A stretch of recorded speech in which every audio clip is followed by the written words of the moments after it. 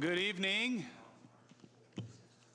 and welcome to the Marion Common Council meeting. It is July 15th, 7 p.m. in the Marion City Council chambers. I welcome everybody here, and we're going to call this meeting to order and begin with the prayer by our Mayor, Ronald Morrell, Jr. If you would please stand. Lord, we thank you for this day. Thank you for this time. I ask you just to bless this meeting and bless everyone involved that will make the best decisions for the city. In Jesus' name, amen. Amen. And the Pledge of Allegiance by Councilman David Calgill.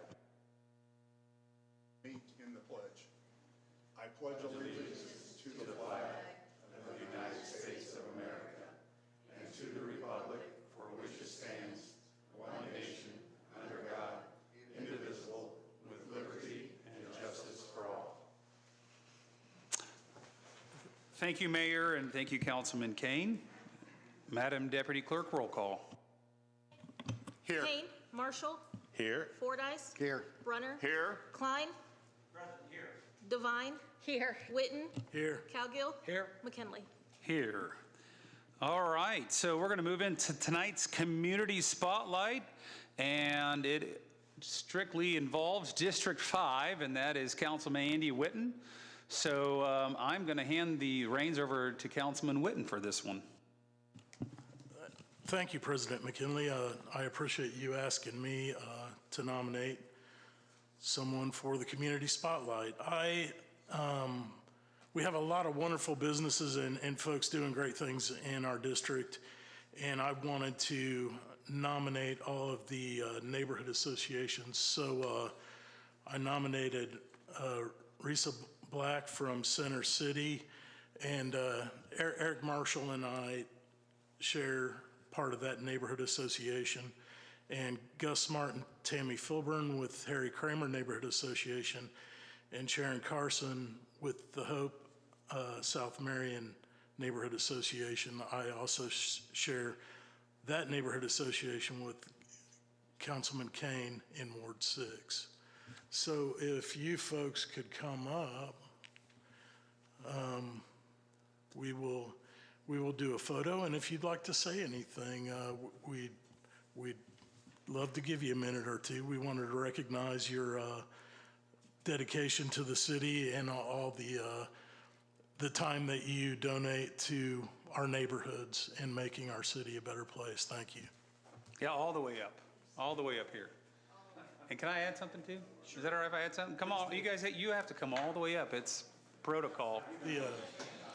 I know, right? Here you get the stage lights. I just want to echo what Councilman Witten said. A lot of people don't realize how much commitment goes into being a neighborhood association president or vice president or volunteer. They put tireless amount of time into making their areas and neighborhoods better. And I can say from my experience, and I know all the council members can say this, that they many times make our lives easier as well, because sometimes they're the eyes and ears on the ground that can relay information to us.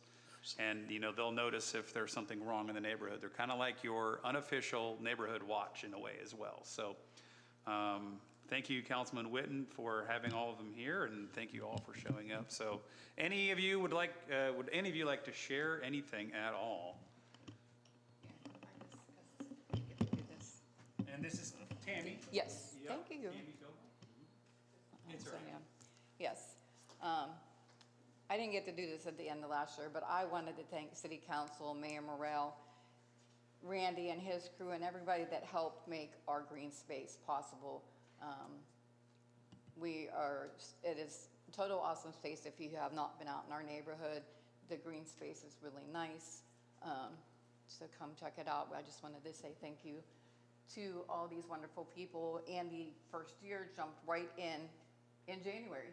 We started that process. We went from January to October last year and getting that installed. So, but all the support that City Council gave us, we thank you.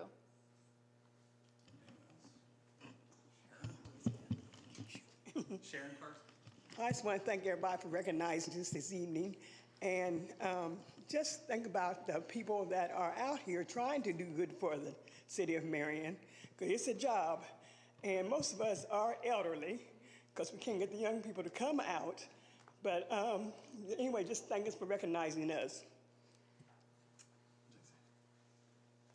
On behalf of Center City, we want to thank the mayor, the city council, all the people and the staff, and everybody that assists Center City. It has been improving with the street payments, with the alleys, just the demolitions of buildings, and think it looks so much better, so much better. And we thank you on behalf of Center City. As I went out to check, we were partnered up with the River Church, and they had a group called Serve, and they would go out to your neighborhood to clean up. And so before they did, I went out to look through our neighborhood to see, well, I know Center City's got some things that need to be cleaned up, but from last year to this year, it is beautiful. Not that it's all, outstanding, but it's much better. It has improved so much with the cleaning up. It looks so much better, so much brighter. And there is hope. Our thing's called There's Hope for the Future. And there's hope when you see all these things and the brightness, the cleanliness, so forth. And like I said, I drove up and down every street trying to find, I said, River, people, I don't know, but they've cleaned up. But I did have assignment for them, but they did do some things. But anyway, I thank the River Church. I thank all of you. If I've left out somebody, please forgive me. But on behalf of Center City, we thank you. Well, thank you so much. And, there might be others that are watching. I know there's some in the audience that are also presidents of their neighborhood association or very, very involved in it. And we just thank all of you. And it's a lot of work. And as my wife taught me this, it's been around forever, but the saying is, how do you eat an elephant? One bite at a time. And you are part of taking one bite at a time and being that conduit between you, your neighborhood, the city council members, the mayor, because we don't know what we don't know. So we just really, really appreciate you and District 5 and what Councilman Witten's doing with the rest of you down there as well. So thank you so much. Councilman Calgill. Somebody else that I think that you guys would probably agree with me that works great with you guys is Dina. She's doing, for her jumping in for the first year and everything. I don't know if it's partial year. That's right. So she's doing a phenomenal job as well. Yes, we love Dina. And you want to tell everyone who Dina is, so those that are watching know? Your official title is the Neighborhood Association Coordinator. Thank you. I would add that if you have a neighborhood association, go to a meeting. If you live in a neighborhood and don't have one yet, get with Deanna, because she's got some that need volunteers. So we can get some of the old ones that are closed maybe back up and going. That would be wonderful. That's a good point. Thank you for that. Any other council members? All right, great. And so, Gus, welcome. This is Gus. He made it up here. Welcome. Yes, thank you. Yeah. All right, so now, Gus, would you like to say anything? Everyone else made a few comments. You want to say anything? Yeah, sure. Okay. Go ahead, just talk where you're at. Okay. It'll catch you from over there. You don't have to. Yeah. Go ahead and talk where you're at. Thanks. Name's Gus Smart from Harry Kramer Neighborhood. I'm the president of Harry Kramer Neighborhood Association. I thank you all for inviting me. Sorry I was late. I've been mowing, trying to knock down some weeds, and time kind of slipped up on me. But I've been doing this for a while, since '04, and I enjoy it. I love it. I love meeting people, trying to get them out of the house, trying to get them involved in the community. My main concern is that, trying to figure out how can we come up with a solution and get people out to the meeting, get them more involved in the community, try to help, bring our community up and make it more bright and livable. Except just because we live out south Marion, Don't mean that we can't dig in a little bit more and do a little bit more, a little extra, you know, like cleaning up, picking up trash, or mowing, even though if it's not your lot or your property, it don't mean that you shouldn't be concerned about your next door, you know. I'm not saying you have to go on their property, but you know, around the edge there, that's city property by the sidewalk. So I like to see my neighbors down there show a little bit more interest in their property by helping keeping up the area around the sidewalk mode until we can get the owners to mow there.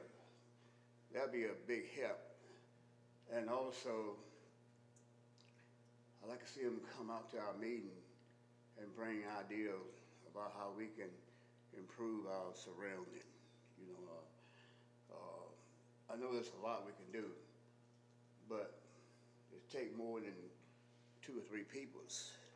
It take the whole group, everyone, to get involved and want to, and not to look at it as you're doing it for me or Tammy.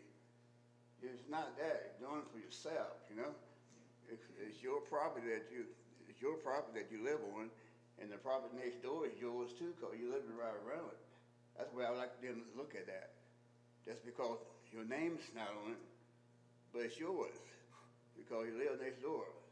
And as long as you keep it up, it helps keep your property up, make your property look cleaner and brighter.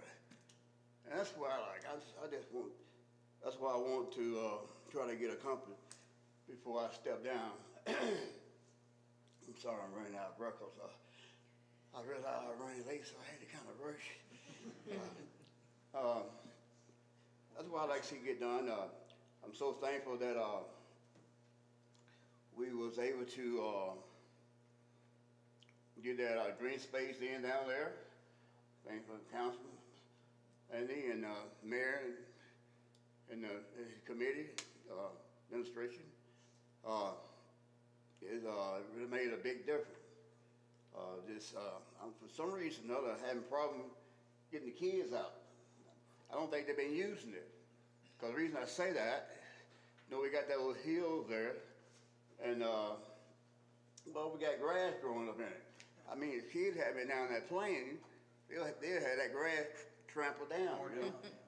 So they haven't been using it enough. I just can't figure out why not. But it's a blessing to have that, be able to get that done, Mr. Mayor. He came down before he was mayor and helped us clean up that broken glass. And one day he was down there and said, well, look at his watch.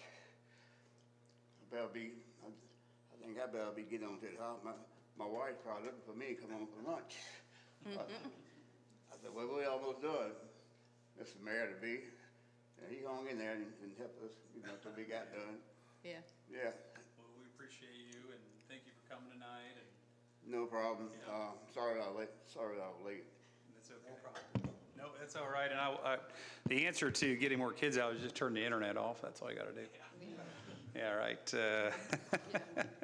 Maybe one day. So anyways, thank you all for coming in tonight. We'd like to get a photo with you. Everyone give them a round. Give them a hand. If you are interested in being part of a neighborhood association or want to be in charge of one, please see Deanna at City Hall, our neighborhood association coordinator. Come on up, let's get a picture.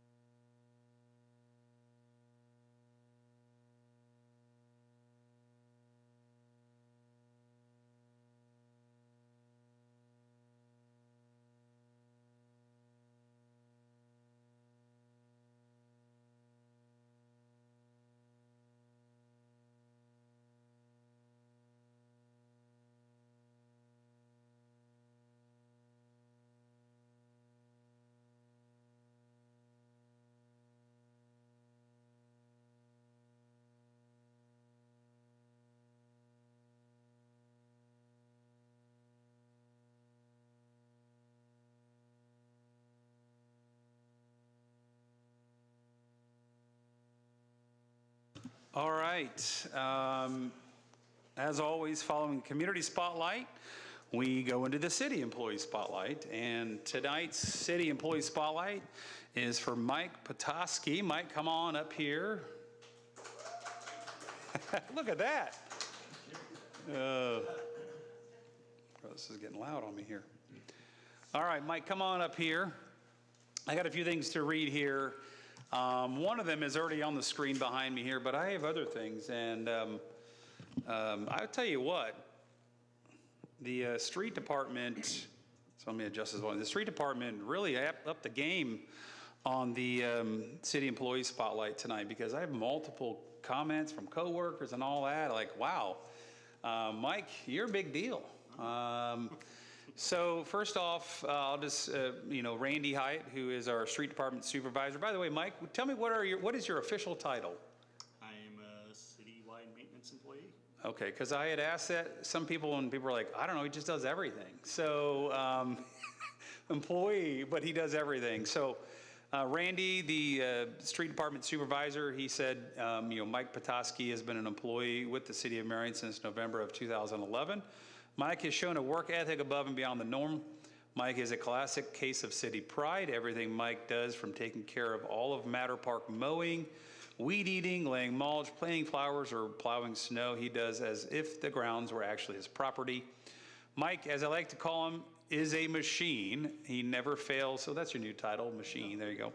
He never fails to accomplish his weekly goals and still finds time to help out fellow coworkers, whether they are seasoned or rookies. Mike also plays a major role in the walkway of lights each year. Mike comes to work every day ready to go and ready to complete any task given to him. Mike is an excellent addition to the city as a whole. So that was just one comment. So Rose, our parks supervisor, says Mike Petoskey is a rare gem these days, and gem capitalized. His dedication, work ethic, and passion for the parks is very evident in how Matter Park continues to shine each day. Mike plays a major role in the daily upkeep at Matter Park, but is willing to jump in elsewhere when needed. Mike Petoskey plays a vital role in setting up, maintaining, and taking down the walkway of lights displays that many people from all over our great state come to enjoy each year. It has been a pleasure to work with Mike over the many years he has been with the Parks Department, and I look forward to many more years of him being on our team. And job well done, Mike. That was from Rose.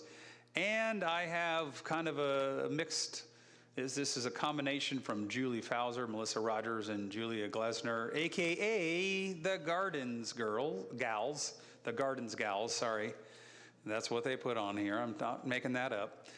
They said, Mike Petoskey is a joy to work with. The camaraderie we have with him is amazing. He's a hardworking, detail-oriented machine. There we go again. It's your nickname. He single-handedly maintains a huge expanse of Matter Park every week, whether it's raining or the sun is blazing. He's out there mowing, string trimming, or spraying. Mike is great with the public and represents the city well. He's always willing to lend us a hand with anything, no matter what it is. We can't think of another civil servant more deserving of this honor. Wow. Everyone give it up for Mike. Wow. I don't need to say anything else. I mean, I feel like they did a fantastic job. You know, what an honor to have just your coworkers, your supervisors. Basically, these all were sent to me separately, and they probably didn't know what all they said. But Mike, AKA the Machine, what do you have to say about all this? Oh, no. Thank you all so much. It's quite an honor. I work with a great bunch of people. A bunch of them are back there in that corner. I really do take a lot of pleasure in taking care of Matter Park and making it great for the public to hang out in and do what they do. So we'll see what the future holds. Thank you. Sounds good. Any other council members who'd like to share anything? I think it sums up what was written and what was presented. So Mike, thank you so much for all you do for the city. You know what I can say, we talk about on the council here, we talk about Matter Park being, you know, such a gem for the city, but it wouldn't be a gem without someone like you that takes care of it as if it's his own. So we really, really appreciate all you do for the city, and you know, you got about, how many, 30 more years to retirement, so you're not going anywhere. you're stuck with us. Mike the Machine Potaski, everyone give him one more hand. And we have to get a photo, so come on up.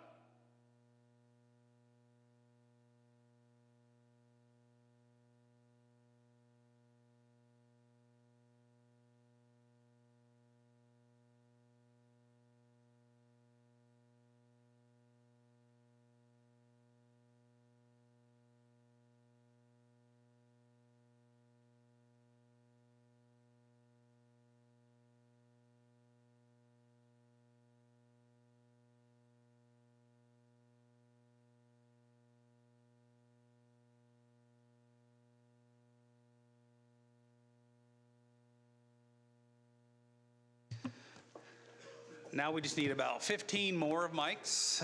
City is always hiring, so if you also have the nickname The Machine, then make sure you put that on your application because we'll probably hire you. All right, moving on to the next part of the meeting here. The consent agenda for the approval of minutes for the regular meeting July 1st, 2025, and special meeting minutes July 8th, 2025. And consideration of pre-approved claims and consideration of claims. I want to make one note.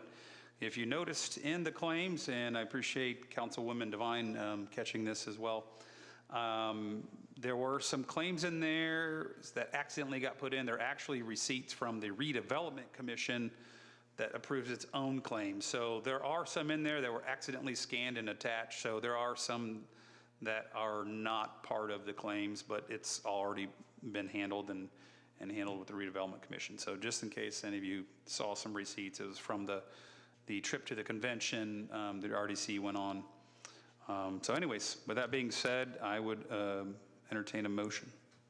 So, Mr. President, would you like the motion to be for the claims except for? No, you can just approve them. Okay. They've already been approved. Okay. They've already been approved through the RDC, so whether we approve them, it Okay. makes no difference. I make a motion that we pass the consent agenda in its entirety. Motion by Councilman Cowgill to pass the consent agenda, second by Councilman Kane. Any discussion? Madam Deputy Clerk, roll call. Kane. Aye.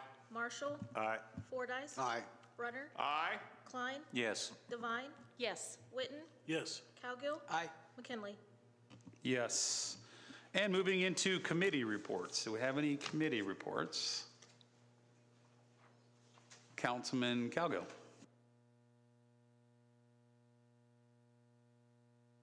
We had a Traffic Commission meeting today. It was on two situations. One, they was requesting a stop sign at Bellamy Boulevard and Bell Drive that they've never had one there, and they do need it. I think it was just kind of an oversight.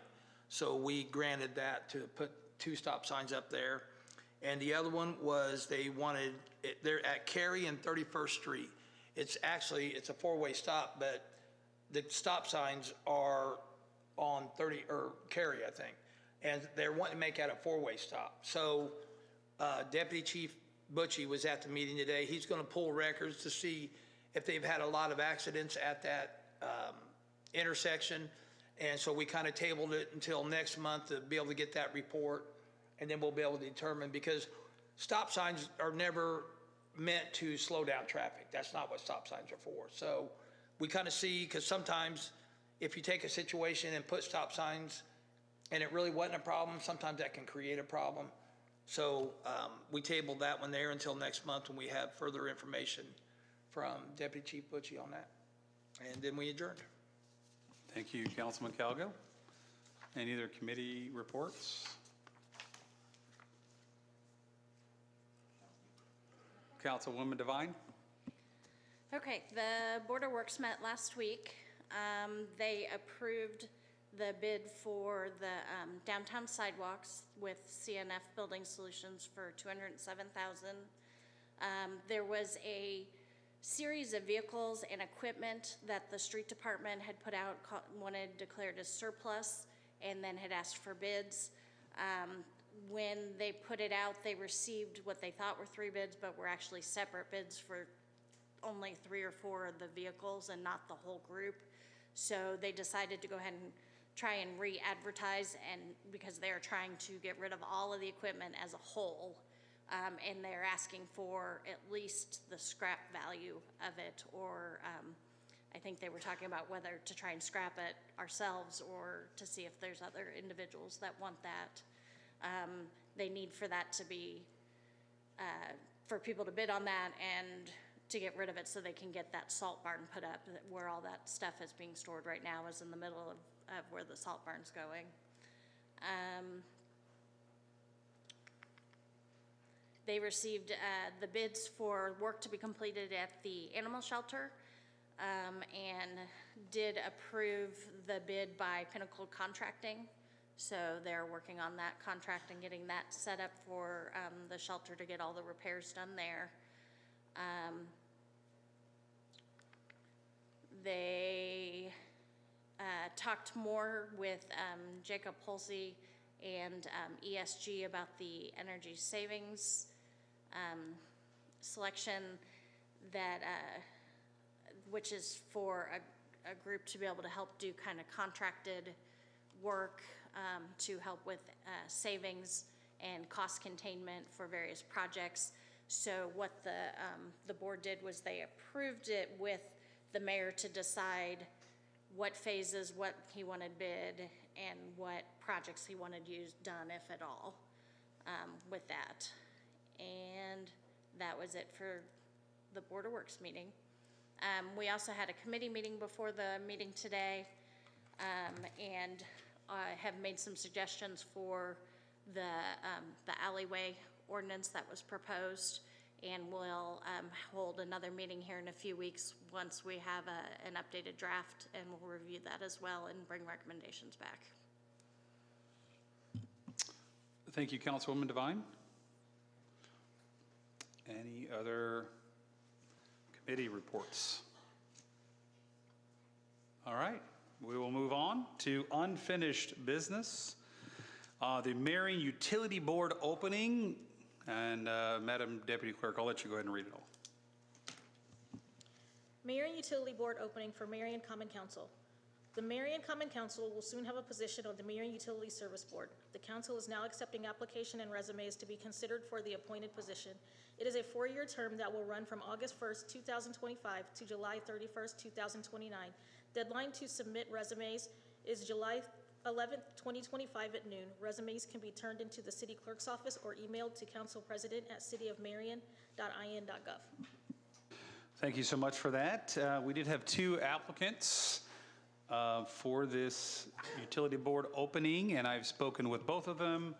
It's Doug Carl and Mike Graft, and I have told both of them ahead of time that they have 3 minutes to speak tonight to give their case of why they should be selected. After each one of them speaks, council members will have an opportunity to ask questions, and then once they're both through, then we will go around the council and you just state the name of the one you want to vote for, so we don't officially need a motion for it. So yeah, we're going to invite Doug Carl up first. He was the first one to apply, so we'll just go in the order of applicant. And Doug, you've got 3 minutes, and tell us why we should select you. Thank you, President McKinley and council members. As he said, my name is Doug Carl, and I appreciate the opportunity to come before the board to express my desire to be reappointed to the Marion Utility Service Board. As you may note in the packet I sent in information, I've been on the board for 30 years. I was appointed back in the Mayor Mitchell era, when it seemed like the biggest issue we had at that point in time was water and sewer going to I-69. So it's been quite a while ago, and I've lost a lot of hair since then too. So you may ask why I want to continue to be on the board for an additional 4 years. I want to be a part of the positive contribution and the strong sides that have been made in the utility board for the benefit of the Marion City utility customers. Number 2, the utility board will be in a period of transition next year in terms of its leadership, as Bob Logan, who's been our longtime chair, is not going to seek reappointment next summer. I think Bob's said he's going to live the retired life totally. I'd like to have that opportunity to step into the chairman's role for the current, currently I'm the vice chairman, and I want to lead the board at that point in time. I believe that the continuity in the board is very important to not only the board members, but to the management staff and the employees of the utility as well. The last reason I want to be on there, I'd like to be able to continue to give back to this community. I was born and raised here, and I want to be a part of the continued growth in this community as long as I can be involved, and I truly enjoy being on the utility board. When asked what I may bring into the utility board in terms of areas of expertise, I think the first area of expertise I bring to the board is that I have a 23-year career in banking. In particular, I was a commercial lender in this community for several years, and it gave me a strong understanding of all aspects of financial statements, including fund accounting, which is used by the utility board. In addition, my 22 years as the CFO and EVP of the Collins Group has given me a strong background in budgeting and strategic planning, which I think is important for the board. I feel number two reason I want to, or what I bring to the board is that I believe I have strong leadership skills. If you look at my resume, you'll see that I was on several nonprofits throughout my career and continue to be on nonprofits. And during that time, I was elected to several executive positions on those boards, also being president of many of those boards that I have listed there. The last item is my experience over 30 years on the utility board has given me a total understanding of the overall operation of the utility, which I think is invaluable for a board member. So I'd also like to add that I do appreciate what the mayor and the council have been doing for this community since their election. You've got a tough decision to make tonight because you got two good candidates. 3 minutes is up. Okay. I want to talk about my graph, but that's okay. 3 minutes is up. Appreciate that. If you want to stay at the microphone, any council members have questions for Doug?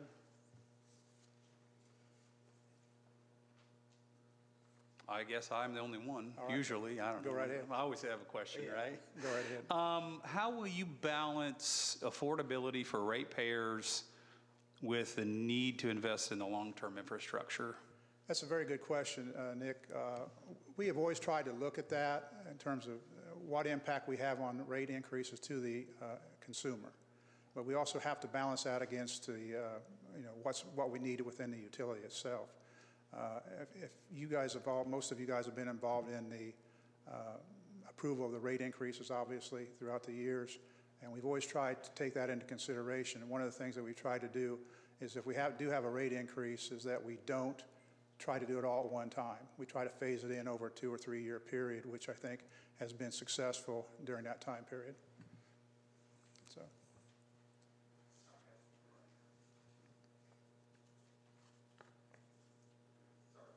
That's okay. That's okay. All right, thank you. So my follow-up on that is how do you, you've been on the board for quite some time, 30 years, I think. How would you grade you and the board over the last 30 years on balancing the rate changes and infrastructure? I think we've done a pretty good job of that. One of the things that we've talked as a board is that we've probably let the time pass longer than we should in terms of looking at rate increases. So we need to go to a shorter time period, maybe a 3 to 5 year period versus doing what we've done in the past. It's been sometimes we've had 15 years before we've actually had a rate increase. And we've had to balance the budget and also projects based upon the money that we had versus what may be the money that we could have had if we'd done the rate increases earlier. Great, thank you so much. Any other council members? Thank you so much, Doug. Appreciate it. And we'll invite Mike Graft up to the microphone at this time.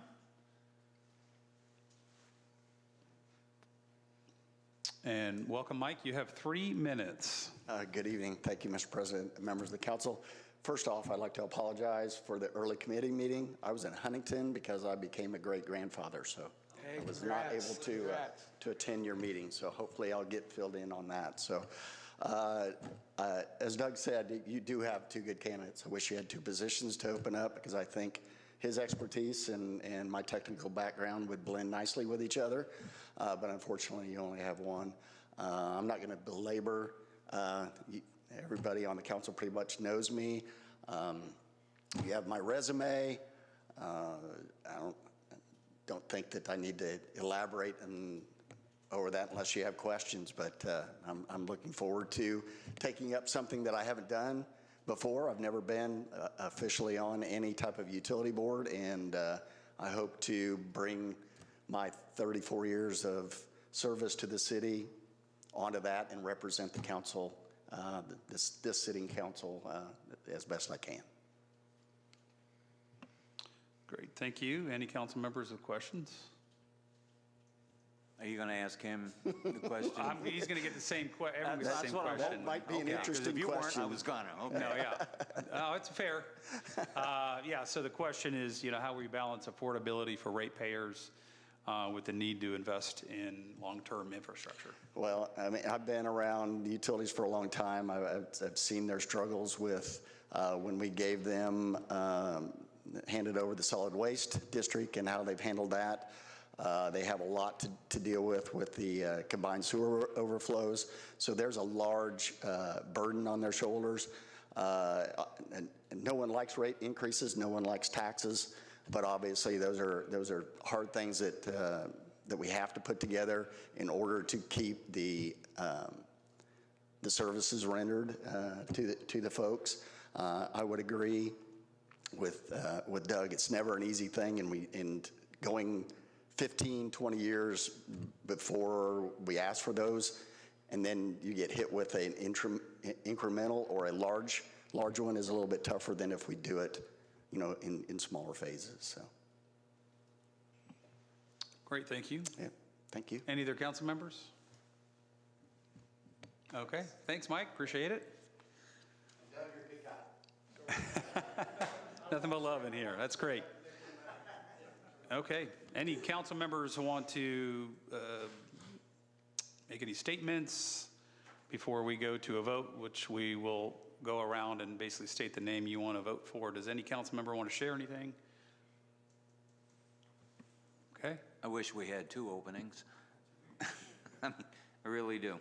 Well, I could say, there's one today, but it sounds like the mayor might have one coming up in the next year or two, and then the council, we have more openings as they come along. So it's, not like it's the last one for a long time. They do open up from time to time. So, okay, if no council members have anything else, then what we'll do is just start around the room with Councilman Kane and just state the name of the individual you would like to select. Well, I think everybody's going to have a tough decision on this, but my vote is for Mr. Graft.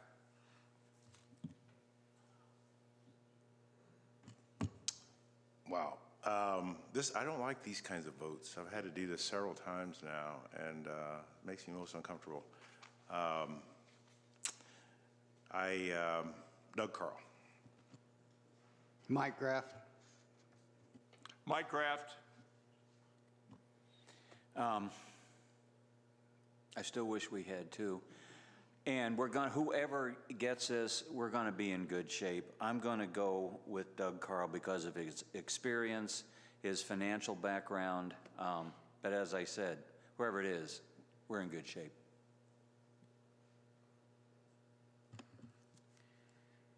And I feel the same way, that both candidates are excellent, and I'm sure either one would be amazing on the board. I think I'm also going to go with experience and time on the board and go with Doug Carl. I'm also going to vote for Doug Carl.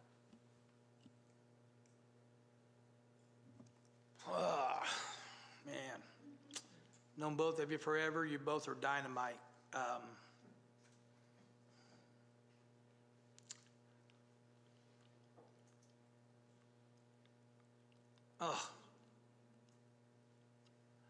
Go with Mike. You guys kill me every time.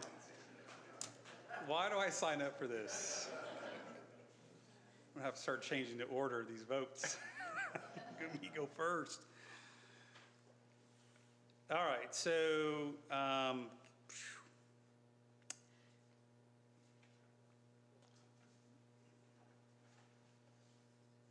I was really hoping my vote was a no impact, but good Lord.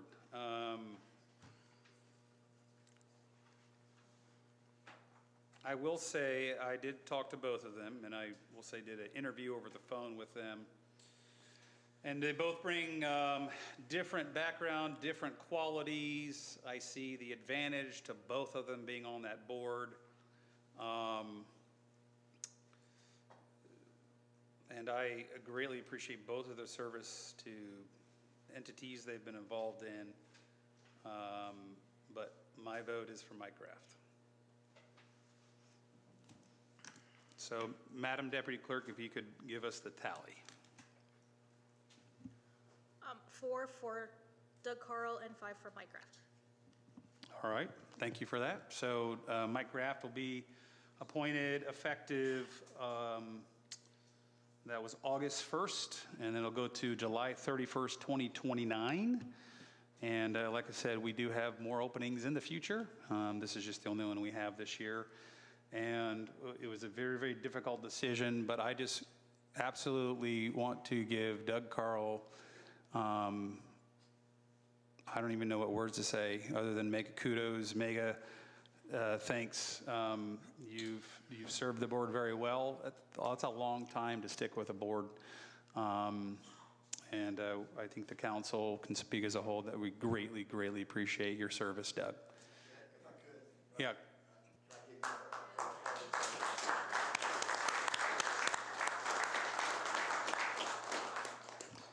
So, yes, we'll move on from there and move into Resolution 12-2025, Food and Beverage Tax.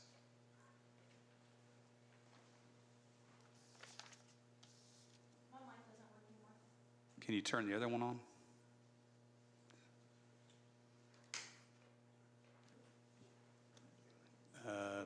Danny, are any of them working?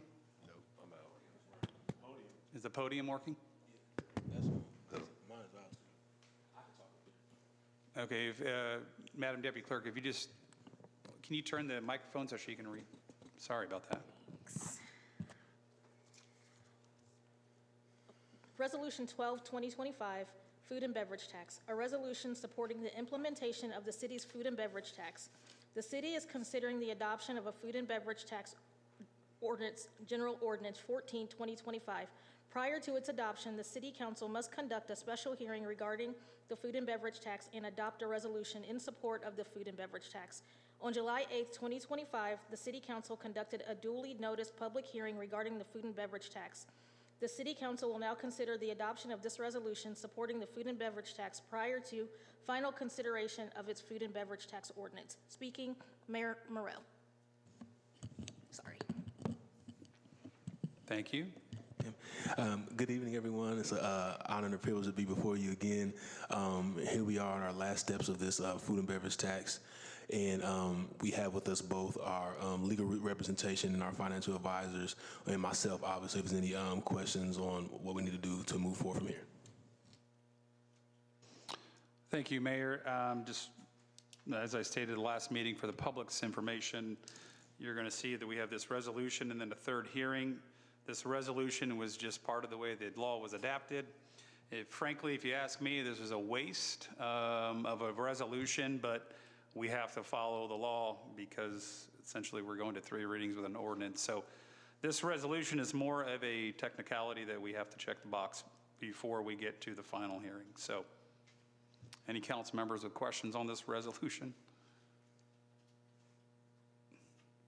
Great. If not, I would accept a motion. Mr. President, I move that we pass resolution number 12, 2025. Second. Motion by Councilman Kane, second by Councilman Brunner. Any discussion? Madam Deputy Clerk, roll call. Aye. Aye. Aye. Aye. Yes. Yes. Yes. Aye. Yes. Resolution 12, 2025 is passed. And moving to General Ordinance 14-2025, Food and Beverage Tax, third hearing. An ordinance of the City of Marion adopting a food and beverage tax. On or around May 6, 2025, Governor Braun signed House Enrolled Act 1427, which, among other items, amended Indiana Code 6961, allowing the fiscal body of the City of Marion to impose an excise tax known as the City Food and Beverage Tax. The food and beverage tax applies to a transaction in which food and beverage is furnished, prepared, or served, 1, for consumption at a location on equipment provided by a retail merchant, 2, in the city, and 3, by a retail merchant for consideration. The food and beverage tax rate may not exceed 1% of the gross retail income received by the merchant from a qualifying food or beverage transaction. Money received by the city shall be distributed to the city's food and beverage fund and only utilized for economic development, parks and recreation, and/or pledging of money for bonds, leases, or other obligations or for purposes. Speaking, Mayor Morrell. Thank you again. So this is our third and final reading regarding the food and beverage tax. Thank you all for going on this journey with me, and this has been a educational experience for me and very challenging as well. So I'll entertain any questions you have for this third and final reading regarding the food and beverage tax. Any council members? If not, I would entertain a motion.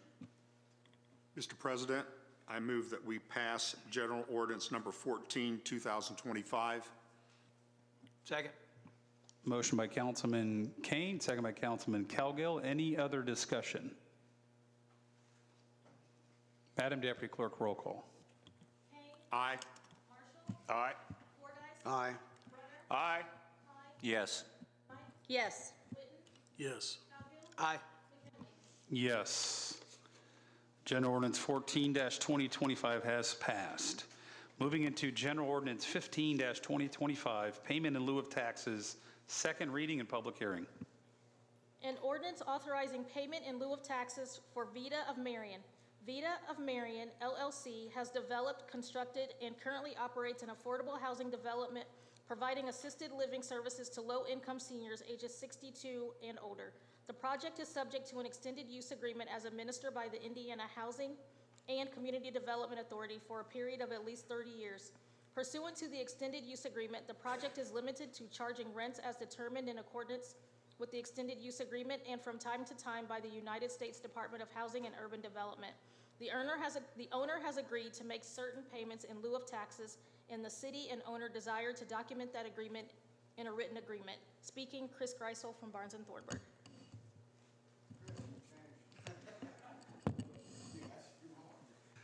Welcome. If you could just actually state your name. I know Chris isn't here tonight. Of course. Good evening, Mr. Council President, members of the council, Mayor Morrell, members of the audience and community. My name is Max Adams, here on behalf of Chris Greisel. I'm an attorney with Barnes & Thornburg, here to present, made through the food and beverage tax stuff pretty easily, so now I'm here to present on the Jones Heritage stuff. General Ordinance 15-2025, payment in lieu of taxes. So we have this Jones Heritage project, which will be taking the former Jones Middle School and turning that into multifamily / self-storage / light industrial type of project. As part of that capital stack, the owner of the Jones Heritage project is also the owner of the Vita of Marion community. They are agreeing to make payment in lieu of taxes to help support the Jones Heritage project. So we have this Vita of Marion. They're going to pay essentially property taxes, but instead of being paid into the general coffers of the city, they're going to be paid into a separate fund, which will be, I believe, later established later on during this meeting. And we will take those funds deposited into that account to help support the Jones Heritage project, help support the debt service on those bonds. So this ordinance just establishes those payment in lieu of taxes for that project. Happy to answer any questions you may have. Thank you so much. Any council members? All right, if you want to have a seat, we will move into the public hearing portion of this. So if you'd like to speak on this, please make your way to the microphone now.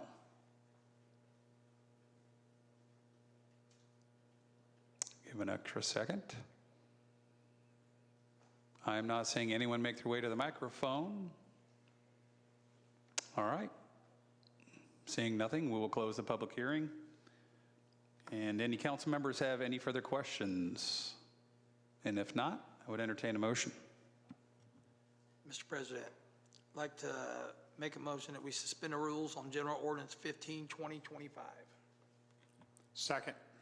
A motion to suspend the rules by Councilman Cowgill, second by Councilman Kane. Any discussion? Madam Deputy Clerk, roll call. Aye. Aye. Aye. Aye. Yes. Yes. Yes. Aye. Yes, rules have been suspended. I'd entertain another motion. Mr. President, now I'd like to make a motion that we pass General Ordinance 15, 2025. Second. Motion by Councilman Cowgill to pass General Ordinance 15, 2025, a second by Councilman Kane. Any discussion? And would you mind turning one of those microphones on somewhere so we can catch your audio, Madam Deputy Clerk? Just for people at home to be able to hear. Is it on? Okay, it's already on. Thank you. Just for people at home. Okay. Madam Deputy Clerk, roll call. Kane, Aye. Marshall, Aye. Fordyce, Aye. Brunner, Aye. Klein, Yes. Devine, Yes. Witten, Yes. Cowgill, Aye. McKinley.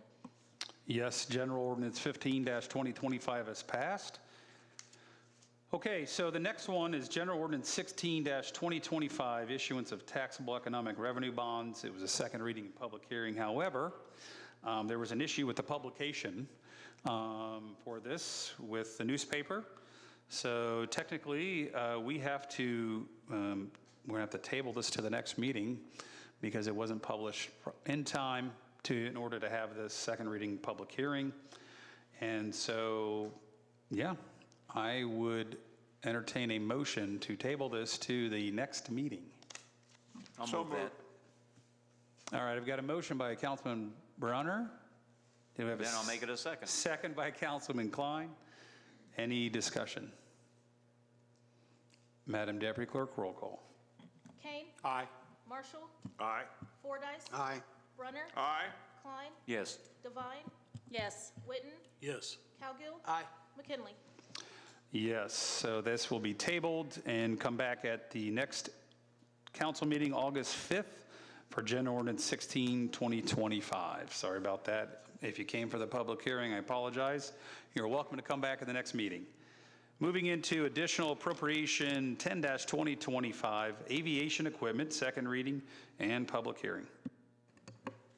An appropriation appropriating funds in the amount of $83,147.86 for aviation. Aviation formally requests an additional appropriation of funds for the necessary replacement of our underground fuel storage tanks. Speaking, Ray Dosh. Welcome back. Thank you. Thank you, President McKinley and members of the council. I appreciate the opportunity to present to you again this month. I am Ray Dosh, President of the Marion Board of Aviation, who is requesting respectfully an additional appropriation of $83,147.86 for the replacement of these underground storage tanks, considering that project costs have increased significantly since initial estimates. And just summarizing comments from previous meeting, there is an urgent need for this replacement, we believe, because the current underground storage tanks are 38 years old, surpassing their 30-year rated life, posing risks such as fuel leaks and fuel unavailability, along with the potential need for costly soil remediation should there be a leak. Though $400,000 was previously appropriated, project costs have roughly doubled due to multiple factors, necessitating additional funds to cover our shortfall. The JDA system is federally funded. However, the 100 low-lead avgas system does not qualify for federal funding due to the lower demand. And the new system will use 12,000-gallon above-ground storage tanks, excuse me, and requires the removal of the 100 low-lead avgas underground storage tanks before construction to avoid costly redesigns and ensure system efficiency, especially given increased local demand from our increased aviation training programs. I have spoken with by the request that you made of me last meeting to look into funding from county and Gas City. I have spoken with the president of the county council, who has been in touch with the majority of his members, and he found no support for bringing this before them. This is what we've run into in the past. On the other hand, Gas City Mayor Bill Rock informed a member of our board that they may have some funds available. However, the mayor was at that time departing on an Alaska vacation, and therefore there has been no progress on that front to date. So. Great, thank you so much. We're going to open up for council members to ask questions, and then if not, then we'll go to the public hearing on this. I know you had some information about another way of doing this with a company that may have been cheaper. Explain again why you couldn't do that.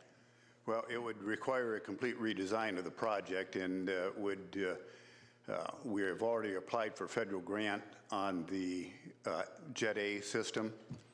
It would require a redesign of the system to redo. We would essentially have to do the Jet A system as though we were not doing the Avgas system.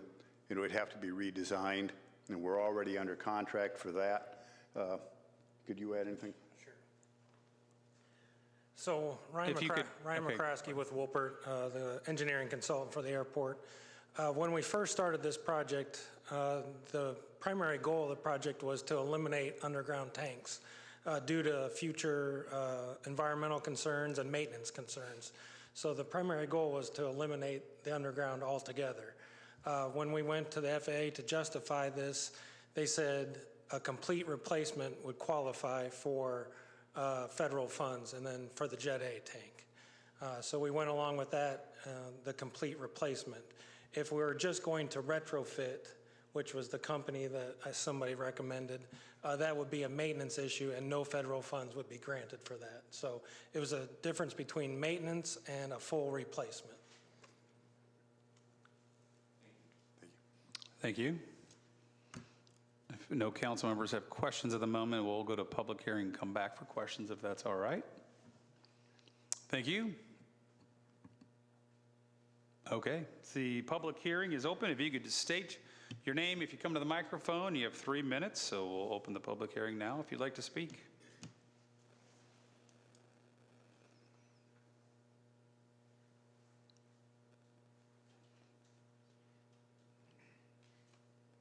I'm not seeing anyone move. All right. Last chance. Okay, I don't see anyone come to the microphone, so we're going to go ahead and close the public hearing for the aviation equipment. Any council members with more questions? Councilwoman Devine? Do we know where these additional funds are coming from? Are they just coming out of the unappropriated fund in general? Okay. That's what I was, yep.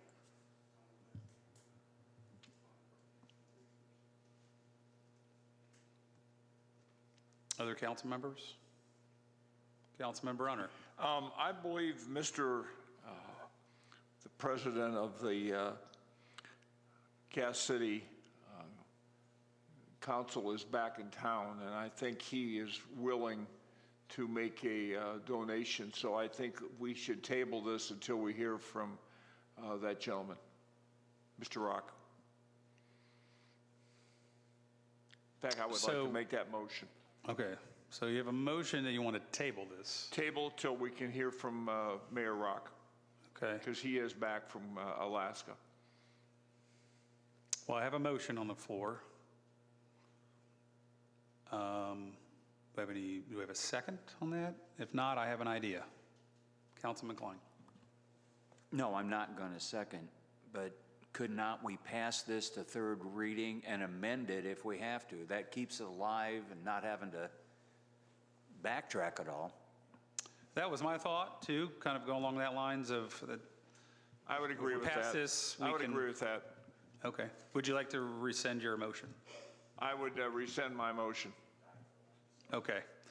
Or died for lack of a second, be rescinded. But yeah, so I agree. I think we definitely want to hear from Gas City. If we pass the second reading, we can move to the third reading, and that gives us actually an extra week because it's not till August 5th. And that give us plenty of time to speak with the mayor and their city council president as well. I would encourage the Gas City government to strongly consider any kind of contribution to this because this airport serves, well, really it serves the entire county, but it definitely serves quite a bit over in Gas City as well. Also disappointed to hear that the county is not going to help us out. Thank you for that. Any other council members? If not, I would accept a motion. Mr. President, I move we pass General Ordinance I just forgot the number, a General Ordinance, or Additional Appropriation 10, forgive me, to third reading. Second. Motion to approve Additional Appropriation 10-2025 by Councilman Klein, second by Councilman Kane, to a third reading. Any other discussion? Madam Deputy Clerk, roll call. Kane. Aye. Marshall. Aye. Fordyce. Aye. Brunner. Aye. Klein. Yes. Devine. Yes. Witten. Yes. Cowgill. Aye. McKinley. Yes, Additional Appropriation 10-2025 will go to a third reading at our next meeting on August 5th. Thank you so much for coming in tonight. And moving into General Ordinance 17-2025, changing the direction of 2nd Street, second reading and public hearing. Notation on this one. You know, what I like to do is still have the public hearing if somebody came to speak on this, you know, and took time out of their evening. Some things have changed since the first reading. I sit as the Vice President on the Redevelopment Commission, and the Redevelopment Commission would like to sponsor and conduct a larger study for traffic flow downtown Marion and the riverfront. Not only because we have an active project going, but we do have some potential projects in a vision from the RDC and the mayor of downtown. And we think it would be wise to maybe look at the larger picture before, I hate to say this word, kind of piecemealing the one-ways, two-ways, and the reversals of one-ways. So the Redevelopment Commission would like to pay for that, sponsor that. And then, so my request is that, you know, we can have this second reading public hearing, but then my request would be that we table this pending the results from the Redevelopment Commission's traffic study of downtown and the riverfront. So any questions from the council members, comments, concerns? Mayor, you good with that?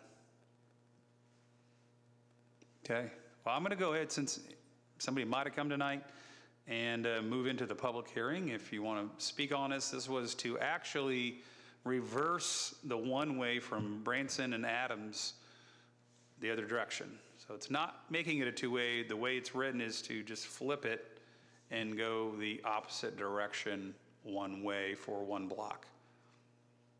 Councilman Klein. Yes, a question. If this is altered while it's on the table, we can do another public hearing to hear about the new stuff, right?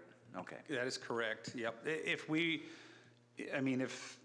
at the end of the day, we can bring this back and vote it down if the commission comes back with a study that shows something drastically different. If the commission comes back with something that supports this, then we can just bring it as presented and make that decision. If it's altered, then we would probably have to restart the process. But I just wanted, just in case somebody came for the public hearing, to come up and speak. So if you'd like to speak on this, make your way to the microphone. Public hearing's open.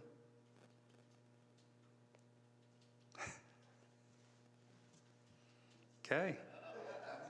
I don't see anyone making their way to the microphone. Oh, Bill. No one's making their microphone, so we'll close the public hearing. And I would request a motion to table this. Mr. President, as I sit on the chair with the Traffic Commission, and I'm the chair of the Public Safety, I agree with this. I think if the RDC is graciously going to do this, especially with the River Rock and all the kinds of different stuff going on, we can only benefit from a study. So I make a motion that we table this. Second. Motion by Councilman Cowgill, second by Councilman Kane to table General Ordinance 17, 2025. Any other discussion? Madam Deputy Clerk, roll call. Kane. Aye. Marshall. Aye. Fordyce. Aye. Brunner. Aye. Klein. Yes. Devine. Yes. Witten. Yes. Cowgill. Aye. McKinley. Yes, so that will be tabled. Looking forward to seeing that study. There are some companies out there that are really good at these traffic studies, not just on flow, but on guidance. I will make a footnote on this, is that since that first reading, I've also heard additional comments about when people come to town, they can't believe how many one-way streets we have. So we'll see what this study says about one-ways versus two-ways, and we'll go from there. Moving into new business. Make sure I didn't skip anything here. Yep. New business, Resolution 11-2025, adopting a multi-hazard mitigation plan. A resolution approving the adoption of Grant County Multi-Hazard Plan.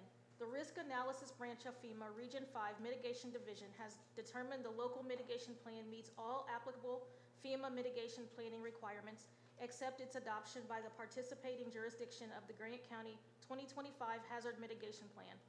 An approved local mitigation plan, including adoption by the local government, is one of the conditions for applying for and/or receiving FEMA mitigation grants from the following programs: Hazard Mitigation Grant Program, Post-Fire Building Resilient Infrastructure and Communities, Flood Mitigation Assistance, Safeguarding Tomorrow Revolving Loan Fund. Speaking, Bob Jackson, Executive Director, Grant County EMA. Welcome, Bob. Good evening. Thank you, Mr. President, council members, for hearing me today, Mr. Mayor. So this has been a work in progress for some time. We were held back by COVID a little bit with the federal government, but we've moved forward. Every 5 years, every county in the nation is required to do update their hazard mitigation plan. So this was ours. We finished it earlier this year. The county commissioners did adopt the final plan June 16th, I believe it was. So in that regard, every municipality, every political jurisdiction has to adopt it on their own to be eligible for funding, federal government funding, for mitigation projects and/or even in the event of a disaster, that public assistance funds would be available to us. So there again, it's kind of a formality, but if it's passed here tonight, then I will take that resolution with all the other resolutions from the cities and towns in Grant County, and we'll forward that to FEMA, and will be officially recorded with them. Be happy to answer any questions you might have. Thank you so much for doing this, Bob. This is very important work. Any other council members? Not having read the earlier, what kind of stuff did you have to change, want to change, did you change? Actually, not very much was changed. We look at historical data. Our big threats here is usually weather, tornadoes, so we have the historical data for tornadoes. And also there is the potential for flooding.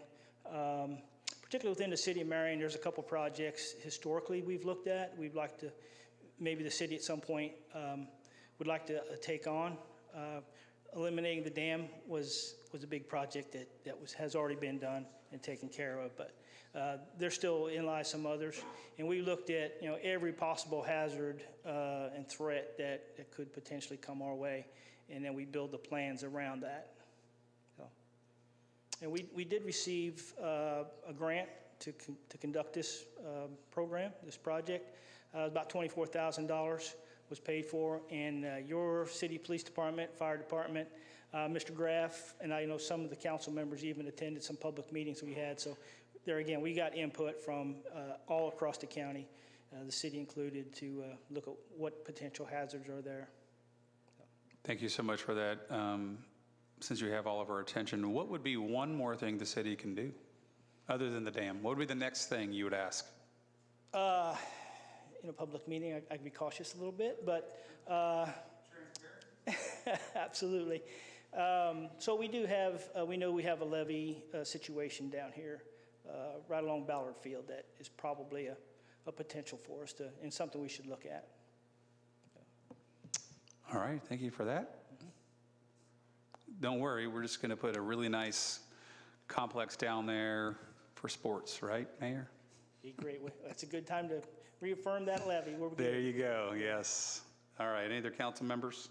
Yeah, that's what I was going to ask. You're going to safeguard the levee before the project starts, right? That would be a good idea. I presume. And that, hopefully, I don't know what the federal government's going to do, or even if FEMA's going to exist in their current form, but we think that it will be revamped. And there again, if we don't do this, we know we're out of the running for any federal funds, but that would be an excellent project to apply for federal funding. Go ahead. Mr. Jackson, what type of relief on the levee has removing the Charles Mill Dam, how has that affected the levee? Has it relieved the pressure from that during severe rains? Yes, so it really was a matter of pressure. So when I talked to the engineers that were down there, and you hired an excellent firm, they do very good work. So really it wasn't so much of a flooding potential, because it really doesn't change that very much, but the flow of the river, so velocity, it takes a lot of the pressure off of that levee. So it was a big deal, and it did help you in that regard.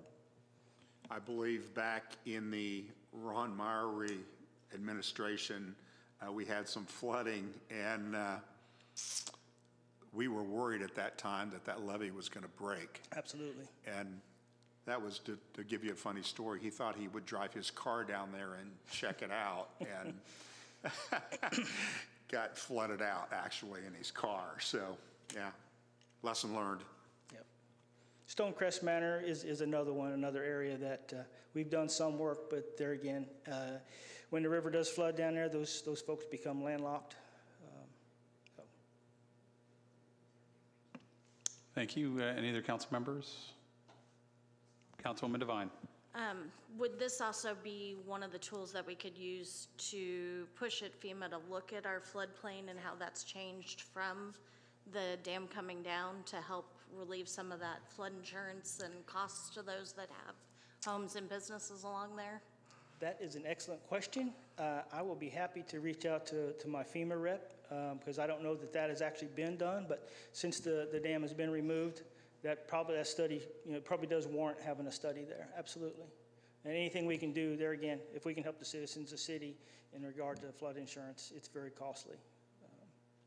I really do think, Bob, that is an excellent question, because before we had a lot of flooding. I know what you're talking about under Mayor Mowry, also under Mayor Seabold, things was bad. And during the rain so far, well, my first indication, I haven't seen a Hong Kong restaurant underwater yet.